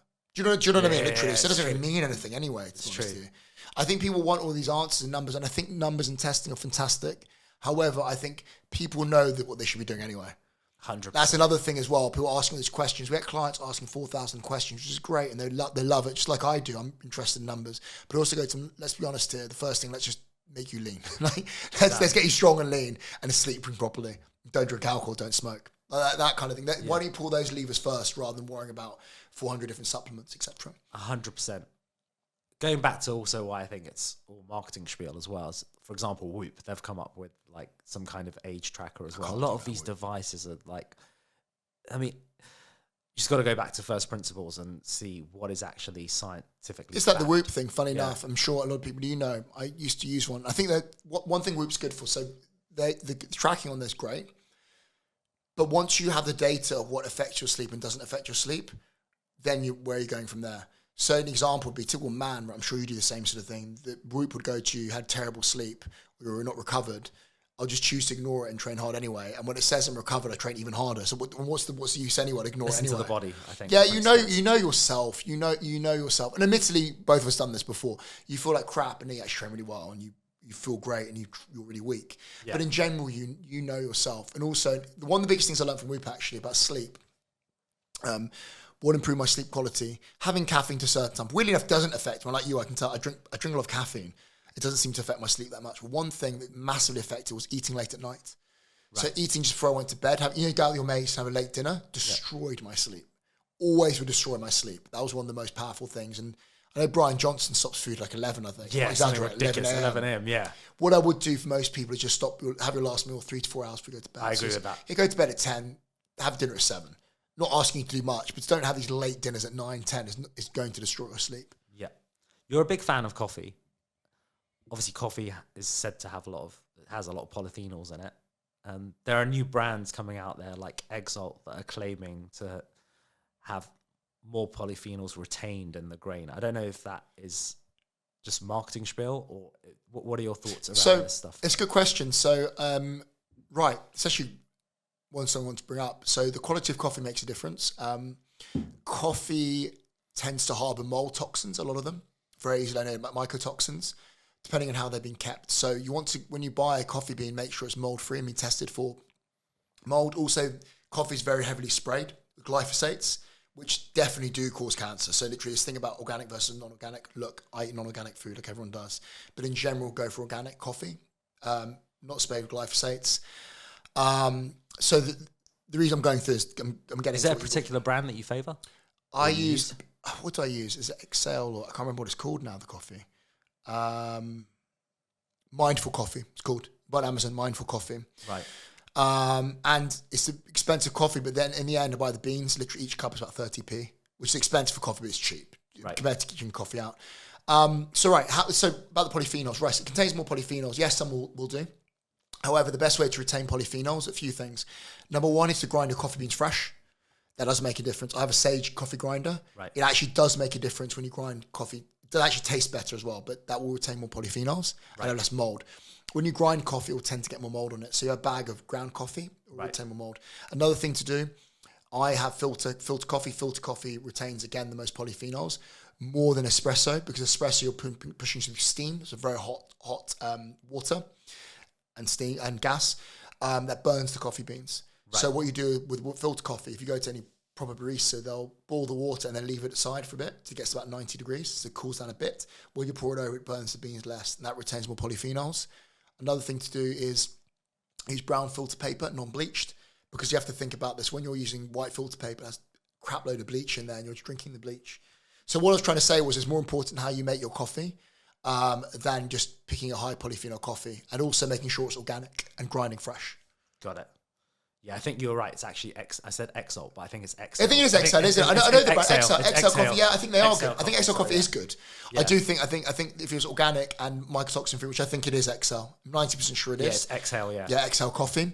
Then yes, I think it is better to get good quality coffee. I think people are willing to spend £4 on a Starbucks coffee, but then £4, and then when they buy Exhale coffee, which costs 40p instead of 20p, it makes no difference. We're drinking coffee out anyway. Yeah. Given the matcha craze, just another point on that. What do you think of? Obviously, matcha has caffeine in it, right? Yes. Albeit a little bit less.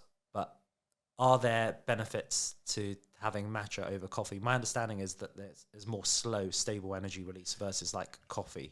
Yes, it is slower and more stable. It contains, I'm 90% sure it contains something called L-theanine. Yes. So what it does, it basically mellows you out. And more calming. More calming, exactly. Yeah. So it's less of a stimulant. But it's still stimulating, it's got caffeine in. So matcha, the way it's grown is they grow the green tea leaves under shade. So the reason why matcha has more polyphenols and anti-cancerous compounds than normal green tea, both of them are anti-cancerous. Right. They're fantastic. But matcha is grown under shade. And so what that does is puts the leaf or the plant under stress, and they make these compounds that basically are anti-cancerous because it's under stress, they create these. It causes something called hormesis, which is basically reacting to a stressor. Yes. And what it does is make these compounds to basically counteract that stressor, which you ingest and are anti-cancerous. And that's why matcha is healthier than having green tea. It's the same hormesis with when you train or go in a sauna.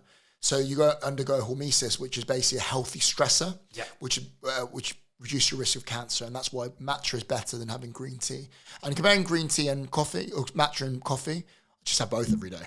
To be honest, why not? I mean, I have a cup of coffee in the morning, and I will add some into my kefir. I'll just add a bit of matcha in there, like a teaspoon in there.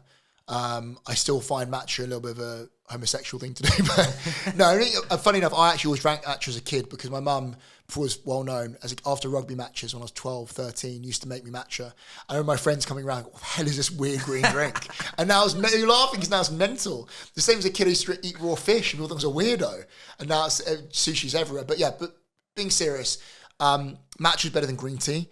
And yes, it does have a more level energy spike. You don't feel as wired having matcha compared to coffee. What are your thoughts around intermittent fasting? Good question. Okay, so intermittent fasting does look like it has some benefits in terms of clearing out old cells that are damaged. Yes, senescent cells. Yeah, senescent cells. So, if you have everything optimized, it would be a great tool. The problem is, you should be doing a long fast. There's another thing. People say do anything you can, but usually be having just water for a day. I think that have benefits doing it every so often. It does have benefits. However, that's great for you and me. Most people should not be messing with it because it causes eating disorders to most people. A lot of people will be intermittent fasting so they can binge eat later in the day. That's what I think about it. So for you and me who have a diet dialed in, I think it's fantastic. For performance athletes, not so much. So you want to have regular feedings and carbohydrate intake for performing the best when you're running or lifting or doing this, etc. But someone like you and me can use it every so often. I think it's fantastic. Has a lot of health benefits. But for the average Joe who wants to lose weight, no. I think it can be really harmful. Some people it can work. I've come across people it does work because they control their calories. They don't eat at the beginning of the day. But the reason it works for most people losing weight is because they're just eating less food because they're packing the food into one part of the day. So really beneficial, yes. Good for people like you and me, yes. Average Joe, probably not, unless they have really good control of their eating already. Is it something you adopt yourself? No, I don't. Okay. I think they have benefit to it, but because I do so much training, I'm just going to end up just being exhausted. But I would be up for it, give it a go. I know a lot of people I know train very hard, do it every so often, or like a water fast. Yeah. Do you do it yourself? I do, yeah. Interesting. Yeah, I do usually 16 to 18 hours. So proper fast then, okay. Yeah. Okay. Water only, black coffee in the morning to stop my appetite sometimes for about 2 or 3 hours. And usually have the coffee at least 90 minutes after waking up. Yeah. I think it's something to do with your adenosine levels. Yeah. So I've been doing intermittent fasting honestly for probably now 8-9 years. Yeah, I remember you talking about it a while ago about it. Yeah. You asked me about it, yeah. But I don't binge eat. I'm very careful. That's what I meant. It's because you're that's the thing with you. I think is great, and I know it's great for people that have a diet dialed in, doing it every so often. Another thing it does, I'm sure you find this beneficial. It gives your gut a rest. Yeah. So Tim Spector talks about it. Fasting every so often is really good for your gut. It's brilliant for your gut health. Just giving it a rest. I also think for inflammation. It's fantastic for you. Your joints hurt less, right? Yeah. I mean, I've seen my CRP come down virtually to like zero, less. I mean, the last Randox test, I think it was literally untraceable. It was less than 0.3. Yeah, it's funny. Mine's the same. It's non-existent, basically, CRP. Yeah. Always. I thought that was normal. Well, that's the weird thing. It's weird because my CRP always comes out non-existent. Like actually, I think I'll find it, so I'm not lying. I think it was 0.0. And I thought it was normal. And then my Dr. Milner's a blood work. That's not normal. Because I didn't realise saying with us how healthy you eat. I think that's normal. Literally goes, I said everyone having 2 tablespoons of extra virgin olive oil per day, 2 cups of mycotoxin-free coffee. And that's normal. But yeah, that's really interesting what you said about that. Yeah, really interesting. You're a big fan of extra virgin olive oil as well. I am, yeah. For this huge amount of studies to show how good it is for your heart. So that's another one. Having 3 tablespoons is the sweet spot. I know it's a lot of calories, so if someone's really overweight, maybe don't do it. Lose weight first. But it is just brilliant for your heart, inflammation. The populations that live really long have a lot of olive oil, but don't cook with it. It's really high quality olive oil. It's actually not going to cause any harm. People think it's going to harm you. It's not going to harm you, but to get the most of the benefits from it, just make sure you're having it raw. The best cooking oil though to have is avocado oil. Has a high smoke point. That's what I use for my cooking. I use avocado oil. Yeah, it's the best for cooking. It's got a high smoke point, etc. It's like the seed oil thing. Actually, people ask about seed oils. Another one, right? Is that our seed oils bad for you? So it's actually a really simple answer. So seed oils. This is a weird answer, but actually what it is. So seed oils themselves don't cause any issues. However, they contain a lot of polyunsaturated fats, so they are sensitive to heat. When you heat a seed oil, that's when you get a lot of trans fats and fats that will cause inflammation and will cause your LDL to rise, etc. So if you're going to have seed oils, which no one does have them this way anyway, this is the whole point. Yeah, if you have literally a tablespoon of sunflower, will it cause any issues? No. But the way we're having it, cooking it, etc., and everything, deep frying, it does cause issues. So I definitely would avoid cooking with seed oils. I also don't see the point as well. There's a lot of things that show that it does cause issues. Why are we trying to look? Is it going to cause any issues having a bit of it every so often? No, it's ridiculous. Yeah. But when people say, "Oh, it's completely fine," they're slathering on everything. I wouldn't do that. No, absolutely. I just thought of Paul Saladino when you were mentioning all of this. One of the things I definitely agree with that I don't think is nearly emphasized enough is food marketing. And I think Paul Saladino's emphasized this point. On, like, for example, on cigarette packets, we have, warnings, cancerous, all that kind of stuff. What are your thoughts on the food industry having similar kind of warnings on ultra-processed foods? Yes, they should. I've gone back and forth with this, but actually think about it long term. So the reason why I was against it before was because I didn't realize how harmful they were. I thought everyone knows they cause some sort of harm, but people thought as long as you're in a calorie deficit, but they're not harmful. But they clearly do show harm now. An example would be where people thought red meat caused cancer. What they found out was unprocessed red meat does not cause cancer. The reason they thought red meat caused cancer was processed red meat causes cancer. The nitrates, the preserved meats. And all these processed foods contain these fillers, emulsifiers, so they definitely are bad for you. They definitely will increase your risk of cancer, without doubt. So they definitely should have warnings on them because, again, we live in a bubble thinking everyone knows about this, but they don't. They really don't. Most people don't know about this. They really, really don't. I.e., most people having a couple of eggs in a day, we know that dietary cholesterol does not affect your own cholesterol. Most people still will not have a couple of eggs like, well, it's going to give me, make my cholesterol go up. Like, no, it won't. And then those are the same people that will down literally 4 lagers and then we'll be worried about 2 eggs, which is craziness. But absolutely, I think they should have warnings on there. There's so much nuance around this in terms of, for example, what you just mentioned there around red meat and the source of red meat, for example, whether it's grass-fed. And then, for example, chicken as well. Oh God, most of it's terrible. A lot of it's corn-fed. Like, where the actual meat is being sourced. I don't think with chicken, it's a lot more difficult. I mean, on one hand, it's seen to be healthier because it has less saturated fat. But on the other hand, the source and how it's being, The healthiest meat you can have is lean red meat. So the reason why red meat does cause an issue, and I don't agree with this thing having loads of saturated fat. Saturated fat does show that it increases LDL. Yeah. Having very high LDL does increase your risk of heart disease. Actually, there's no point in this thing. It's fine to have really high LDL. Do I think having I know from cardiologists, having slightly elevated LDL won't cause a heart attack. However, having very high LDL for long periods of time will cause a heart attack, will cause issues with your heart. So the point I'm trying to make is, yes, red meat is the most micronutrient dense meat. If you compare that to chicken is okay, but it's inert really, it's just protein with a few vitamins and minerals, etc. But having lean red meat is definitely the best source. The reason why I say that also is not just because of the micronutrients, but also it's easy to source good quality. You can get good quality grass-fed, pasture-raised beef from your local butcher. Chicken is very hard to source proper pasture-raised chicken. It's very, very difficult. That's therefore I mainly lean red meat. Most of my food is lean red meat. That's a good point. In terms of lipid profiles, I think this was a point that came up with Asim. He mentioned that triglycerides are something that needs to be looked into a lot more than perhaps we're looking into at the moment in terms of like mainstream NHS. Just wondering what your thoughts are around that. Obviously, HDL cholesterol is important, having enough HDL. Yes, I don't think anyone argues about the one thing LDL people are funny about. That's what I'm saying, Dr. What's his name? Asim Malhotra, argues about LDL, and I think he has the same view of a lot of more prominent cardiologists that are basically more modern. That having really high LDL is bad, but having moderately raised LDL is not bad. However, having low HDL is definitely bad. And there's ways you increase that, having lots of monounsaturated fats. Exercise also increases HDL. Poor insulin sensitivity is another thing. Yeah, that's really powerful. So controlling your blood sugar.